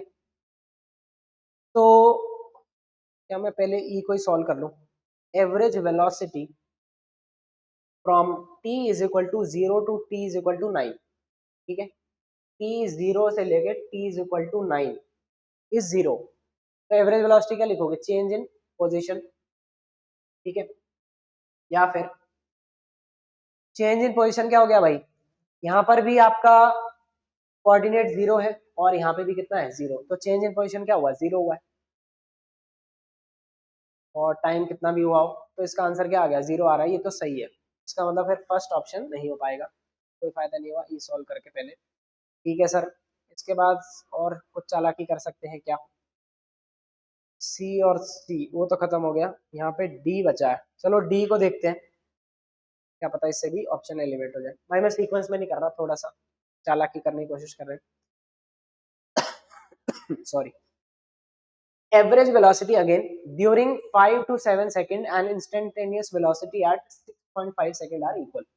तो एवरेज वेलोसिटी 5 to 7, भाई ये 5 है कहीं और ये 7 है, तो एवरेज वेलोसिटी 5 to 7 के लिए क्या होगा, अगेन फाइनल एक्स कोऑर्डिनेट वो तो 0 है, इनिशियल कितना है 5, ओ सॉरी हाँ 5 है, डिवाइडेड बाय टाइम, टाइम कितना है 2, तो this is minus of 2.5 average velocity यहाँ से यहाँ तक, ठीक है दोस्तों। और instantaneous velocity at t is equal to 6.5, 6.5 कुछ यहाँ पर है। अब यहाँ पे तो स्लोप कांस्टेंट है, velocity time graph sorry displacement time graph का स्लोप क्या देता है, वेलोसिटी, तो यहाँ पे वेलोसिटी हर जगह कांस्टेंट है, तो आप इस पूरे की ही स्लोप निकाल लें। इस पूरे की स्लोप क्या होगी दोस्तों, भाई इस पूरे की स्लोप क्या होगी, this is 10 and this is 1, तो नेगेटिव स्लोप होगी, तो -10/1। तो यहाँ पे जो इंस्टेंटेनियस वेलोसिटी है, यहाँ पे जो इंस्टेंटेनियस वेलोसिटी है वो -10 है इस रीजन में, तो इसका मतलब ये दोनों बराबर नहीं है, तो डी ऑप्शन आपका गलत हो जाता है, डी ऑप्शन आपका गलत हो जाता है, तो ये दोनों ऑप्शन भी गलत हो जाते हैं, तो यही ऑप्शन आपका फिर बचता है, ये सही है भाई, ऐसे करके आप थोड़ा सा टाइम बचा सकते हैं। चलो आओ आगे चलते हैं। अब स्ट्रेट लाइन का भी काम खत्म हुआ भाई, लगभग 1 घंटे में मैंने आपको यूनिट्स एंड डायमेंशन और मोशन स्ट्रेट लाइन 2 चैप्टर का बढ़िया रिवीजन करा दिया। अब आ जाते हैं तीसरे चैप्टर पे, सर मजा आ रहा है एकदम, खटाखट रिवीजन हो रहा है, सारे कॉन्सेप्ट क्लियर हो रहे हैं, क्वेश्चन भी हमसे बन रहे हैं, मजा आ गया सर। भाई वेक्टर्स पे आ जाते हैं, मोशन इन प्लेन का पार्ट है, तो कहीं ना कहीं वेक्टर के डायरेक्ट क्वेश्चंस भी आ जाते हैं, तो ऊपर भी हम कुछ प्रैक्टिस कर लेते हैं, अच्छे क्वेश्चन आओ देखते हैं।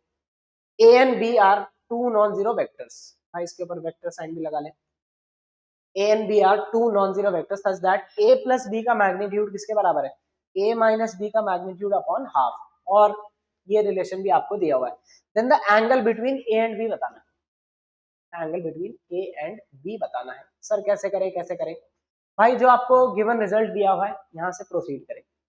ए और बी में मान लो एंगल थीटा है, तो ए प्लस बी का रिजल्टेंट क्या लिखोगे, square root of A square plus B square plus 2ab cos theta, ये लिखोगे, A square plus B square plus 2ab cos theta, कोई दिक्कत। ए माइनस बी का रिजल्टेंट, अगर आपने ए और बी के बीच में एंगल थीटा लिया है तो ए और माइनस बी के बीच में कितना होगा दोस्तों, माइनस, ए और माइनस बी के बीच में एंगल क्या होगा 180 माइनस थीटा, और cos 180 माइनस थीटा क्या होता है, माइनस cos थीटा। भाई समझ आया कैसे आ गया, ये डिवाइडेड बाय 2 है, दोनों तरफ स्क्वायर कर दें, दोनों तरफ स्क्वायर करें, ठीक है, यहाँ पर क्या बचेगा, A square plus B square plus 2ab cos theta. अब यहाँ पे गलती क्या क्या हो सकती है, या जो मैंने ऑब्जर्व किया है, यहाँ पे 2 का स्क्वायर करना भूल जाते हैं, यहाँ पे तो स्क्वायर रूट हटा दिया, यहाँ पे 2 का भूल जाते हैं, भाई नहीं भूलना, A square plus B square minus 2ab cos of theta, A square plus B square minus 2ab cos theta. अब सिंप्लीफाई कर लेते हैं, ठीक है, पहले सिंप्लीफाई करके फिर वैल्यू पुट कर लेते हैं, 4a स्क्वायर और एक a स्क्वायर यहाँ पे, तो यहाँ पे क्या बचेगा 3a स्क्वायर, कोई दिक्कत, 4b स्क्वायर और एक b स्क्वायर यहाँ पे, सर यहाँ क्या बच गया 3b स्क्वायर, ठीक है, 4 2 8, 8 ए बी कॉस थीटा और यहाँ से 2 a b cos theta plus होके आएगा, तो ये कितना हो गया 10 a b cos theta is equal to 0। Sir अभी तक तो ठीक लग रहा है। अब भाई ए को क्या पुट कर दो 2b, खेल खत्म हो जाएगा वहीं पे। ए को क्या पुट कर दो 2b, अब यहाँ पे भी गलती हो जाती है, ए स्क्वायर है ना भाई, ये 4b स्क्वायर होगा, 4b square that means 12b square plus 3b square plus 10ab cos theta कितना आ गया दोस्तों 0। अच्छा यहाँ पे भी तो ए को पुट करना था भाई, इधर भी तो करोगे, इधर क्यों छोड़ोगे, दोबारा करो। ए को क्या पुट कर दो 2b, तो 2b square cos of theta, कोई दिक्कत सर, बी स्क्वायर को तो हम उड़ा देते हैं, बी स्क्वायर भाई, यहाँ पे 15 बच गया, 15 12 और 3, यहाँ पे क्या बच गया 20 कॉस थीटा था, मैं इसको क्या लिख रहा हूँ -20 कॉस थीटा, तो ये 5 3 और ये 4, -3/4 is equal to cos theta, that means theta कितना हो जाएगा कॉस इनवर्स -3/4, कॉस इनवर्स -3/4। चलें आगे, चलो भाई अगेन बहुत बार आया हुआ है, नीट में भी आया हुआ है और बहुत सारे लोगों ने किया भी होगा, डायरेक्ट भी लोगों को पता रहता है। a प्लस बी और a माइनस बी का मैग्नीट्यूड अगर आप देखो सेम है, तो again angle between a and b बताना है, ठीक है, बहुत सारे लोगों को याद भी होगा। a प्लस बी मैथमेटिकली भी कर सकते हैं, ज्योमेट्रिकली भी कर सकते हैं, विजुअलाइज करके, तो मैं यहाँ पे मैथमेटिकली कर रहा हूँ भाई। a प्लस बी का मैग्नीट्यूड अभी लिखा था मैंने, और मैं स्क्वायर भी कर दे रहा हूँ इस बार, a square plus B square plus 2ab cos theta. a minus B का मैग्नीट्यूड क्या लिखोगे भाई, a square plus B square -2ab cos of theta. Sir ये तो खत्म हो गया, तो 4ab कॉस थीटा कितना आ गया, इसको इधर ले आओ, 4ab कॉस थीटा कितना आ गया 0। भाई यहाँ पे अब आंसर 0 मत मार्क कर देना, पहला ऑप्शन भी वही दिया हुआ, लालच में मत आ जाना।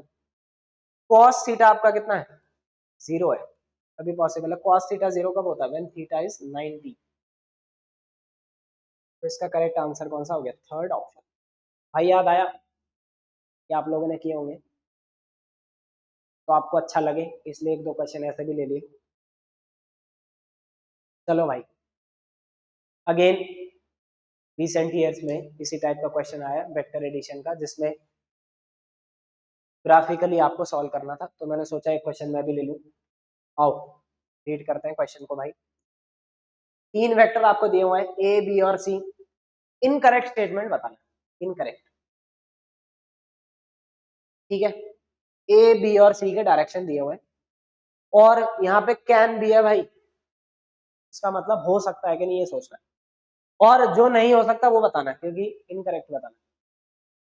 ए plus B can be in the direction, देखो ए ऐसे है बी ऐसे है, तो यहाँ पर कॉन्सेप्ट क्या है, बी को आप शिफ्ट कर दें, यहाँ पे पैरेललोग्राम कंप्लीट कर लें, क्या वर्टिकल आ सकता है ए प्लस बी, हाँ सर आ सकता है, दिख रहा है, A plus B can be in the direction, question तो बन सकती है कुछ ना कुछ वैल्यूज के लिए, ठीक है सर।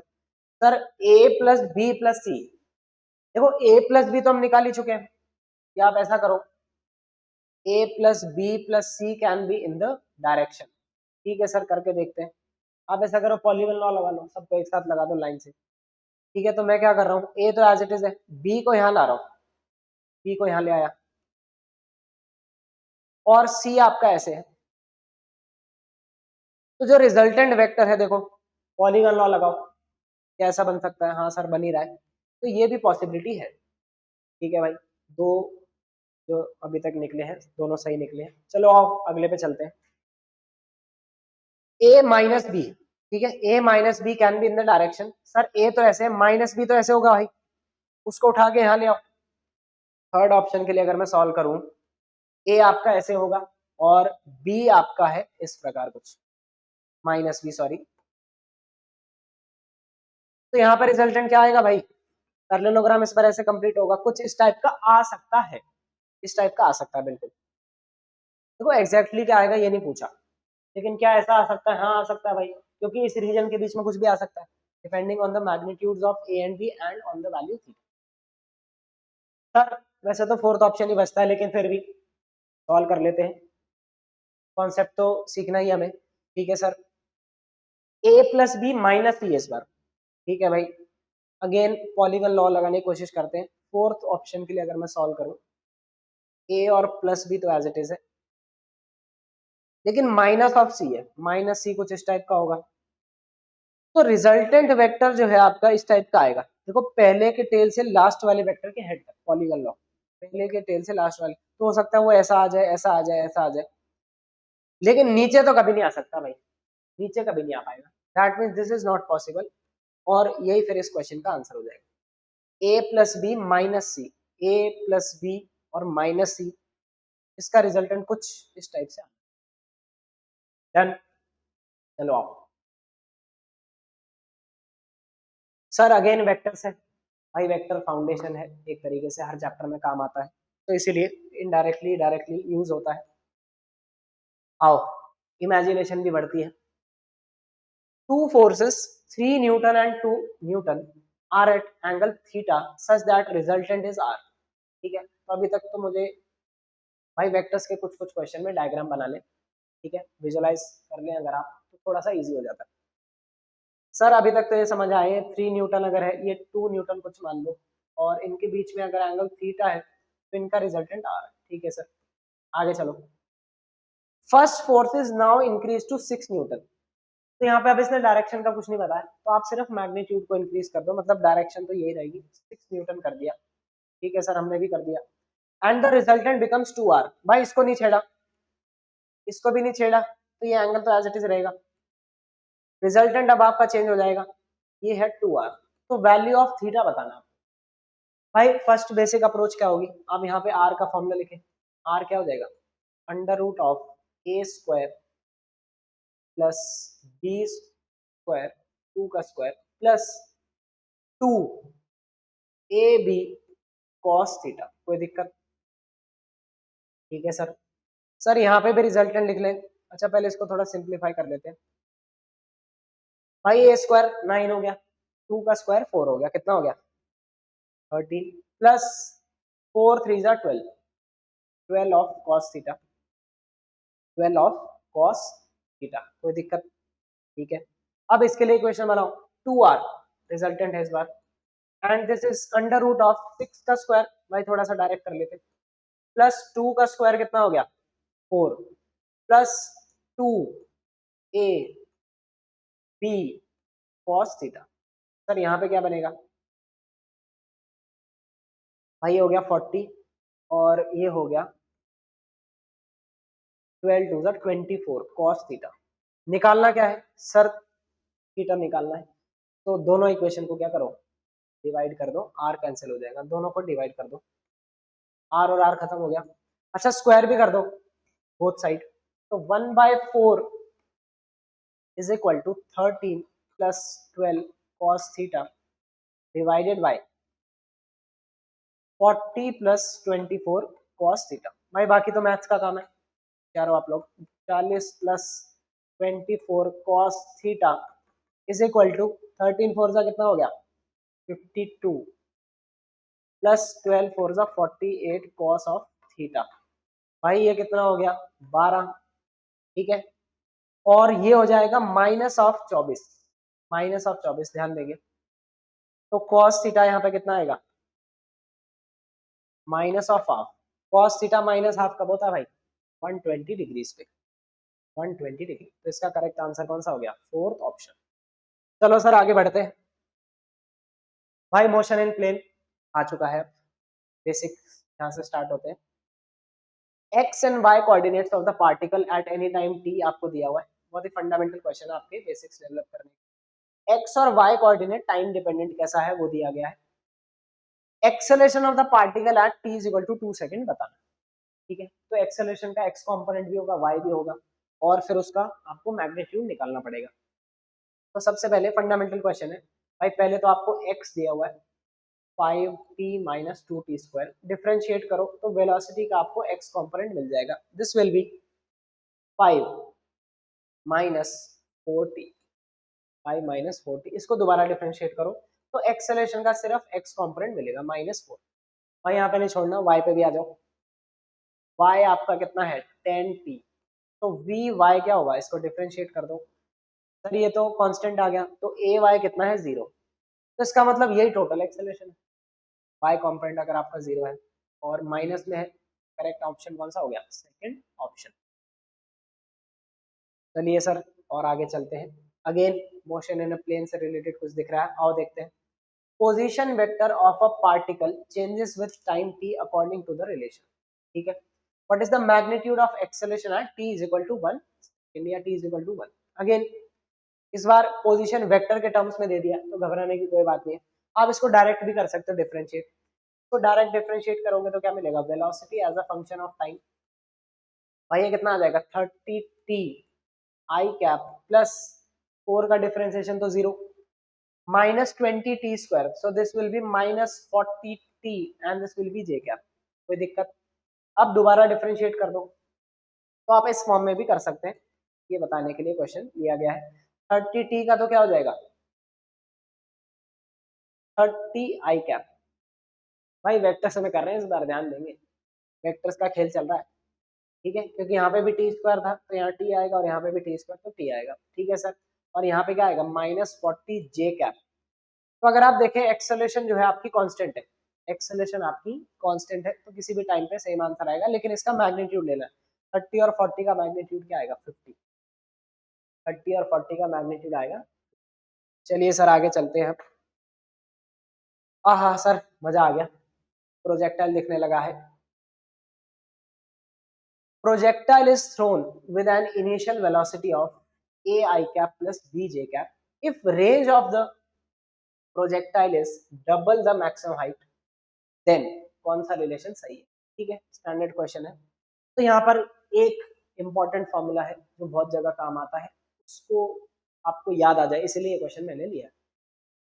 देखो इनिशियल वेलोसिटी आपको दी हुई है A I cap plus B J cap. ठीक है, A I cap plus B J cap, इसका मतलब क्या है, एक्स डायरेक्शन में ए है, वाई डायरेक्शन में बी है। तो अगर हम एंगल ऑफ प्रोजेक्शन की बात करें, थीटा है अगर, तो tan थीटा क्या लिखोगे दोस्तों, y component upon x component, ये इंपॉर्टेंट है यहाँ से आइडेंटिफाई करना।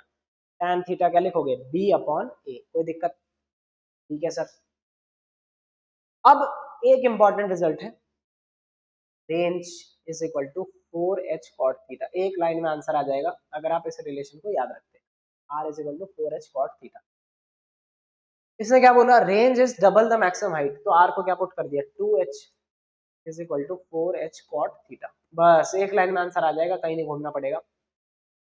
1/2 is equal to cot theta, that means tan theta कितना होगा 2, tan थीटा आपका 2 है, और tan थीटा आपको पहले से ही पता है, बस ये खत्म हो गया। तो 2a आपका किसके बराबर है, b के। 2a is equal to b, 2a is equal to b, third option correct है। सही है, चलो आओ। Particle is projected with a velocity u, making an angle theta with the horizontal. At any instant, its velocity v is at right angle to its initial velocity u. किसी भी समय पे बीच में रास्ते में जो उसका वेलोसिटी वेक्टर है वो राइट एंगल पे इनिशियल वेलोसिटी के, कॉमन क्वेश्चन है, बहुत सारों को रिजल्ट्स भी याद रहते हैं। ठीक है, तो v की वैल्यू क्या होगी? भाई बहुत सारे मेथड्स हैं सॉल्व करने के, डॉट प्रोडक्ट से भी सिखाया जाता है। ठीक है, एक थोड़ा सा शॉर्टकट अप्रोच जो है वो मैं ले रहा हूँ। आपने कितने से फेंका है, u से, और किस एंगल पे फेंका है, थीटा पे। तो पहले हम समझते हैं क्वेश्चन है क्या। मान लो इस टाइप का पाथ है कुछ, किसी समय पे वेलोसिटी वेक्टर हमेशा क्या होता है, टेंजेंशियल टू द पाथ, तो इस समय वेलोसिटी वेक्टर क्या होगा, ऐसे। ये जो वेलोसिटी वेक्टर है और इनिशियल वेलोसिटी वेक्टर को खींचो, ये एंगल कितना बन रहा है 90, ये एंगल बन रहा है 90। तो हमें बताना क्या है भाई, हमें ये बताना है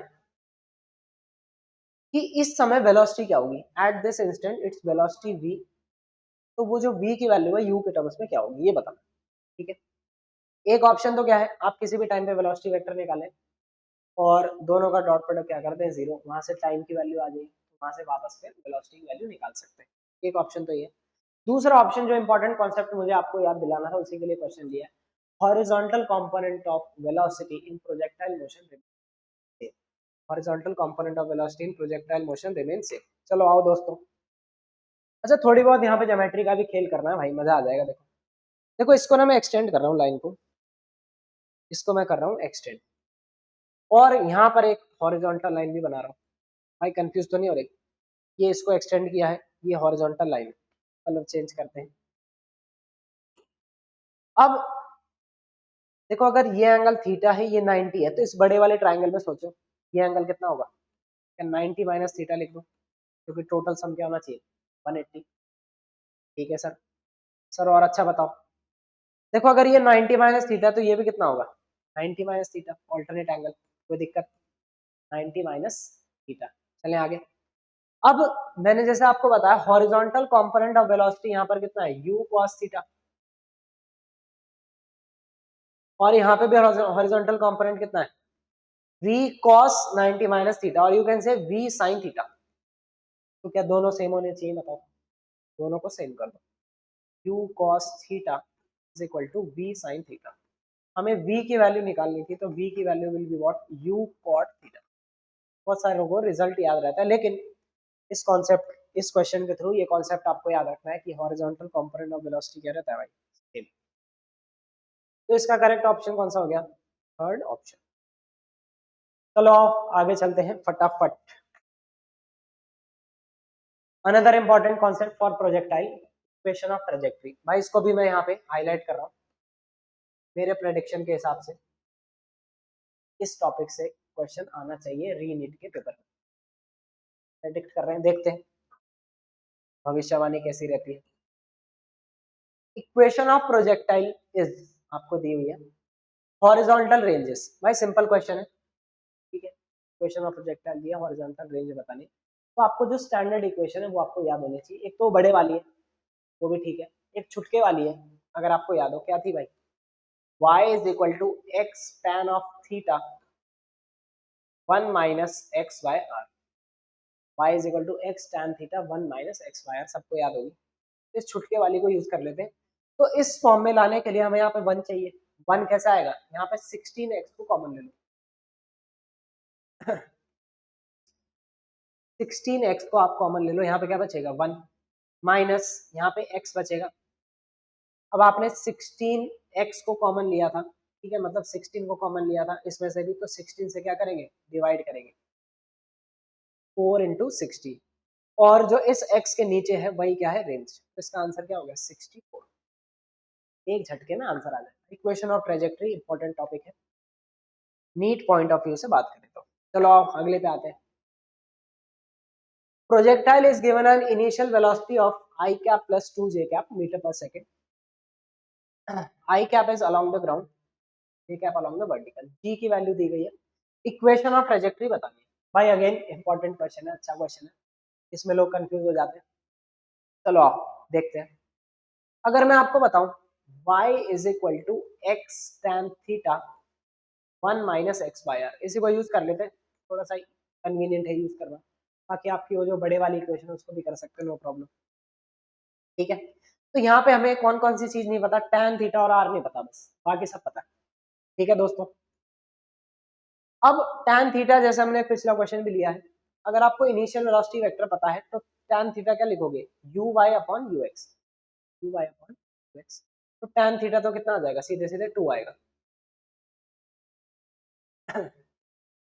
1 minus x by r. Sir range क्या होता है, रेंज भाई सबको फॉर्मूला याद होगा, लेकिन यहाँ पे जो क्वांटिटीज हमें पता है उनके टर्म्स में तो पता होना चाहिए भाई फॉर्मूला, ठीक है, डायरेक्टली कर ले, घूमना ना पड़े। तो अगर आपको याद हो 2 times initial speed in X direction initial speed in Y direction upon G, range का फॉर्मूला क्या होता है U square sine 2 theta by G. तो साइन 2 थीटा को ओपन कर लो, इस टाइप के फॉर्म में भी आपने पढ़ा होगा जरूर, ठीक है। चले भाई रेंज क्या आ जाएगा 2, यू एक्स हमें दिया हुआ है 1, यू वाई कितना है 2 डिवाइडेड बाय जी कर दो, तो ये 2 ये 5, तो रेंज की वैल्यू क्या है 2 बाय 5, यहाँ पे प्लेस कर देंगे, खटाखट आंसर आ जाएगा रेंज 2/5। बस अब आप इसको ओपन कर दें, खेल खत्म। 2x माइनस 2 और 2 खत्म, ये आ जाएगा 5x²। y is equal to 2x minus 5x²। कौन सा ऑप्शन? Second option. ठीक है भाई, हमारा सफर काफी लंबा चल चुका है। Straight line, units and measurement, motion in a plane में भी हम काफी आगे तक पहुंच चुके हैं। चलो आओ आओ सर, प्रोजेक्टाइल में नेक्स्ट कॉन्सेप्ट है प्रोजेक्शन फ्रॉम अ टावर का। ठीक है, तो बेसिक बेसिक क्वेश्चंस लिए ताकि आपके फंडामेंटली आप स्ट्रांग रहे। ठीक है, और मैक्सिमम चांस उसी चीज के हैं इस बार आने के। Fundamentally you should B strong. कौन से टाइप के क्वेश्चन को कैसे सॉल्व करते हैं, you should be able to know. चलो सर आते हैं। Particle is projected horizontally with a speed. ठीक है, हॉरिजॉन्टल प्रोजेक्शन है और सिंपल है। 20/√3 मीटर पर second from some height at t is equal to 0। मान लो कोई हाइट h है। At what time will its velocity make 60 degree angle with initial velocity. भाई इस क्वेश्चन में मैंने अच्छे अच्छों को जोड़ते हुए देखा है। ठीक है, चलो आओ करते हैं। Particle is projected horizontally with a speed this much. This is the initial velocity from some height at t is equal to 0. ठीक है, what time its velocity make 60 degree angle with the initial velocity। अच्छा question है। देखो मान लो ये instant है, वो वाला वेलोसिटी वेक्टर कुछ इस टाइप से होगा, टेंजेंशियल टू द पाथ। ठीक है, हॉरिजॉन्टल के साथ कितना एंगल बन रहा है? इनिशियल वेलोसिटी, क्योंकि मतलब हॉरिजॉन्टल के साथ ही एंगल निकालना है क्योंकि इनिशियल वेलोसिटी दिया हुआ है। तो this is nothing but 60 degree. ठीक है, मान लेते हैं यहाँ पे कुछ स्पीड v है। ठीक है, यहाँ पे स्पीड v है। तो आप मुझे एक बात बताओ, क्या हॉरिजॉन्टल कंपोनेंट तो सेम ही रहेगा? हॉरिजॉन्टल कंपोनेंट क्या रहेगा? सेम। ठीक है सर, तो पहले एक आप काम करो, इसी कॉन्सेप्ट को अप्लाई करो। v cos 60 इसके बराबर आना चाहिए 20/√3। तो v by 2 is equal to 20/√3। That means v की वैल्यू आपके पास आ चुकी है 40/√3। ठीक है, लेकिन सर अभी आंसर पे तो नहीं पहुंचे, टाइम भी निकालना है। तो टाइम के लिए आप y डायरेक्शन को सॉल्व करें। ठीक है सर, देखो y कंपोनेंट इसका कितना होगा, vy की अगर मैं बात करूं तो v sin 60 होगा। vy it is nothing but v sin 60 degree. कोई दिक्कत? सर v आपका आ चुका है 40/√3। sin 60 को प्लेस कर देंगे √3/2। सर ये तो खत्म हो गया, ये आ जाएगा 20। अब y डायरेक्शन में इक्वेशन ऑफ मोशन आप अप्लाई करें, एक सेकंड में आंसर आ जाएगा। vy is equal to uy plus ay into t. Sir uy तो 0 है क्योंकि हॉरिजॉन्टली प्रोजेक्ट किया है। ay की वैल्यू कितनी लोगे? देखो हम डायरेक्शन नहीं ले रहे क्योंकि हमें सिर्फ वैल्यू निकालनी है। तो vy हमारे पास आ चुका है 20 और ay हमारा है ay। g की वैल्यू दी नहीं है, ले लेते हैं क्योंकि ऑप्शन जो है अच्छे दिख रहे हैं। t की वैल्यू जो है 2 सेकेंड। तो ये सिलसिला कब होगा? 2 सेकेंड पे। सेकेंड ऑप्शन आपका करेक्ट हो जाता है। चलिए सर आए। वाह, passenger train of length 60 meter travels at a speed of 80 km per hour. Another freight train of length 120 metre travel at a speed of 30 km per hour. ठीक है, relative motion को question है भाई। Relative motion में straight line में जो relative motion है वो थोड़ा सा ज्यादा मुझे लग रहा है कि उसके चांस ज्यादा है, इसलिए मैंने उसका क्वेश्चन लिया है। ऐसा देखा गया कि कुछ पिछले सालों में रिलेटिव मोशन इन प्लेन से कुछ खास क्वेश्चन आए नहीं है, तो मैंने उसको स्किप किया मैंने भी, क्योंकि लिमिटेड टाइम में जो इंपॉर्टेंट चीजें थी वो हमने की है। ऐसा मुझे लग रहा है कि अगर रिलेटिव मोशन से क्वेश्चन आता है तो स्ट्रेट लाइन से ज्यादा चांस है। चलो आओ देखते हैं। अब आपको क्या बताना है, क्रॉस करने के लिए जो टाइम लगेगा when they are moving in same direction and when they are moving in opposite direction. चलो आप थोड़ा सा ड्रॉ कर लेते हैं। ठीक है भाई, एक ट्रेन ये है, इसकी लेंथ 60 मीटर है। अच्छा बना लेते हैं, और इसकी स्पीड कितनी है? 80 किलोमीटर पर आवर। एक और ट्रेन है, उसकी लेंथ कितनी है? 120 मीटर की लेंथ है, 120 मीटर। ठीक है भाई, और इसकी स्पीड कितनी है? 30 है। सिंपल सा कॉन्सेप्ट है, थोड़ा सा कैलकुलेशन, अच्छा क्वेश्चन है। ठीक है, कैलकुलेशन में उलझ सकते हो थोड़ा सा। अब आपको बताना क्रॉस करने के लिए कितना टाइम लगेगा when they are moving in same direction. भाई अगर सेम डायरेक्शन में चलते हैं तो क्रॉस करने में, सेम डायरेक्शन में अगर चल रहे हैं तो एक दूसरे को क्रॉस करना है। अगर हम टी इन सेम डायरेक्शन लिखें, ठीक है, देखो अगर मान लो सेम डायरेक्शन में चल रहे हैं तो अगर हम एक को रोक देते हैं, ठीक है, एक को रोक दो, तो इसके रिस्पेक्ट में ये कितने से चलेगा, 50 से चलेगा, 50 किलोमीटर पर आवर, ठीक है। तो ये आपकी रिलेटिव वेलोसिटी होगी 50 kilometre per hour. Same direction में आपको पता है माइनस करते हैं, और लेंथ कितना चलना है रिलेटिवली। अगर आपको इसमें, आपने इसको रोक रखा है तो इसको क्रॉस करने के लिए भाई ये तो चलना ही है और इसकी खुद की लेंथ भी चलनी है, दैट मीन्स 180 मीटर, 180 मीटर चलना है, ठीक है। अब आप बताओ अपोजिट डायरेक्शन में अगर वो आ रहे हैं, अपोजिट डायरेक्शन में, तो टाइम क्या लगेगा दोस्तों। अपोजिट डायरेक्शन में रिलेटिव वेलोसिटी के लिए ऐड करेंगे, अपोजिट डायरेक्शन में रिलेटिव वेलोसिटी के लिए ऐड करने की कितनी होगी, 110, ठीक है सर। और भाई अपोजिट डायरेक्शन में भी आप चलोगे तो डिस्टेंस तो कितना कवर करना है, दोनों को ऐड ही करोगे ना वो तो। अगर आप अपोजिट डायरेक्शन में भी चलते हो, मान लो, ठीक है, देखो अगर हम अपोजिट डायरेक्शन को विजुअलाइज करें, मान लो आपने इस वाले को रोक दिया, ठीक है, आपने इस वाले को रोक दिया और ये इधर आ रहा था, तो इसी का वेलोसिटी वेक्टर अपोजिट करके इधर लगाओगे तो ये 110 से अब इधर आ रहा है और डिस्टेंस तो 180 चलना पड़ेगा ना रिलेटिवली, ठीक है। तो अब आप इनको डिवाइड कर दें बस, तो ये वाला डेटा तो सेम है, ये खत्म हो जाएगा, ये और ये खत्म हो जाएगा। तो रेशियो जो है कहीं ना कहीं मुझे 11/5 आता हुआ दिख रहा है और ऑप्शन भी है, तो करेक्ट ऑप्शन आपका हो जाता है 11/5। चलो भाई, भाई मेरी तरफ से जो इम्पोर्टेंट टॉपिक है, जो इम्पोर्टेंट कॉन्सेप्ट, मिनी रिवीजन बोल सकते हो, प्रैक्टिस भी आपकी अच्छी खासी होगी। मेरे हिसाब से ये इंपॉर्टेंट कॉन्सेप्ट है जिन पर आपको फोकस करना चाहिए, ठीक है? इन्हीं से कहीं ना कहीं चांस है क्वेश्चन आने का। जो एक दो टॉपिक हमने मिस किए हैं, ऐसा देखा गया कि उससे भी क्वेश्चन नहीं आ रहे, तो मैंने उसको फिर नहीं लिया, क्योंकि उसको फिर टाइम खराब नहीं करना। तो कैसा लगा भाई आप लोगों को सेशन, कमेंट सेक्शन में जरूर बताएं। मजा आया कि नहीं आया भाई, क्या आपके सारे कॉन्सेप्ट रिवाइज हो गए, क्या पुराने दिन याद आ गए नीट से पहले वाले, ठीक है, क्या आपका फ्लो बना के नहीं बना। और ऐसे ही हमारे चैनल को देखते रहें, ऐसे ही बढ़िया बढ़िया क्वेश्चंस लेके सारे कॉन्सेप्ट्स आपके क्लियर कर देंगे कुछ वीडियोस के ही अंदर। मिलते हैं अगले वीडियो में।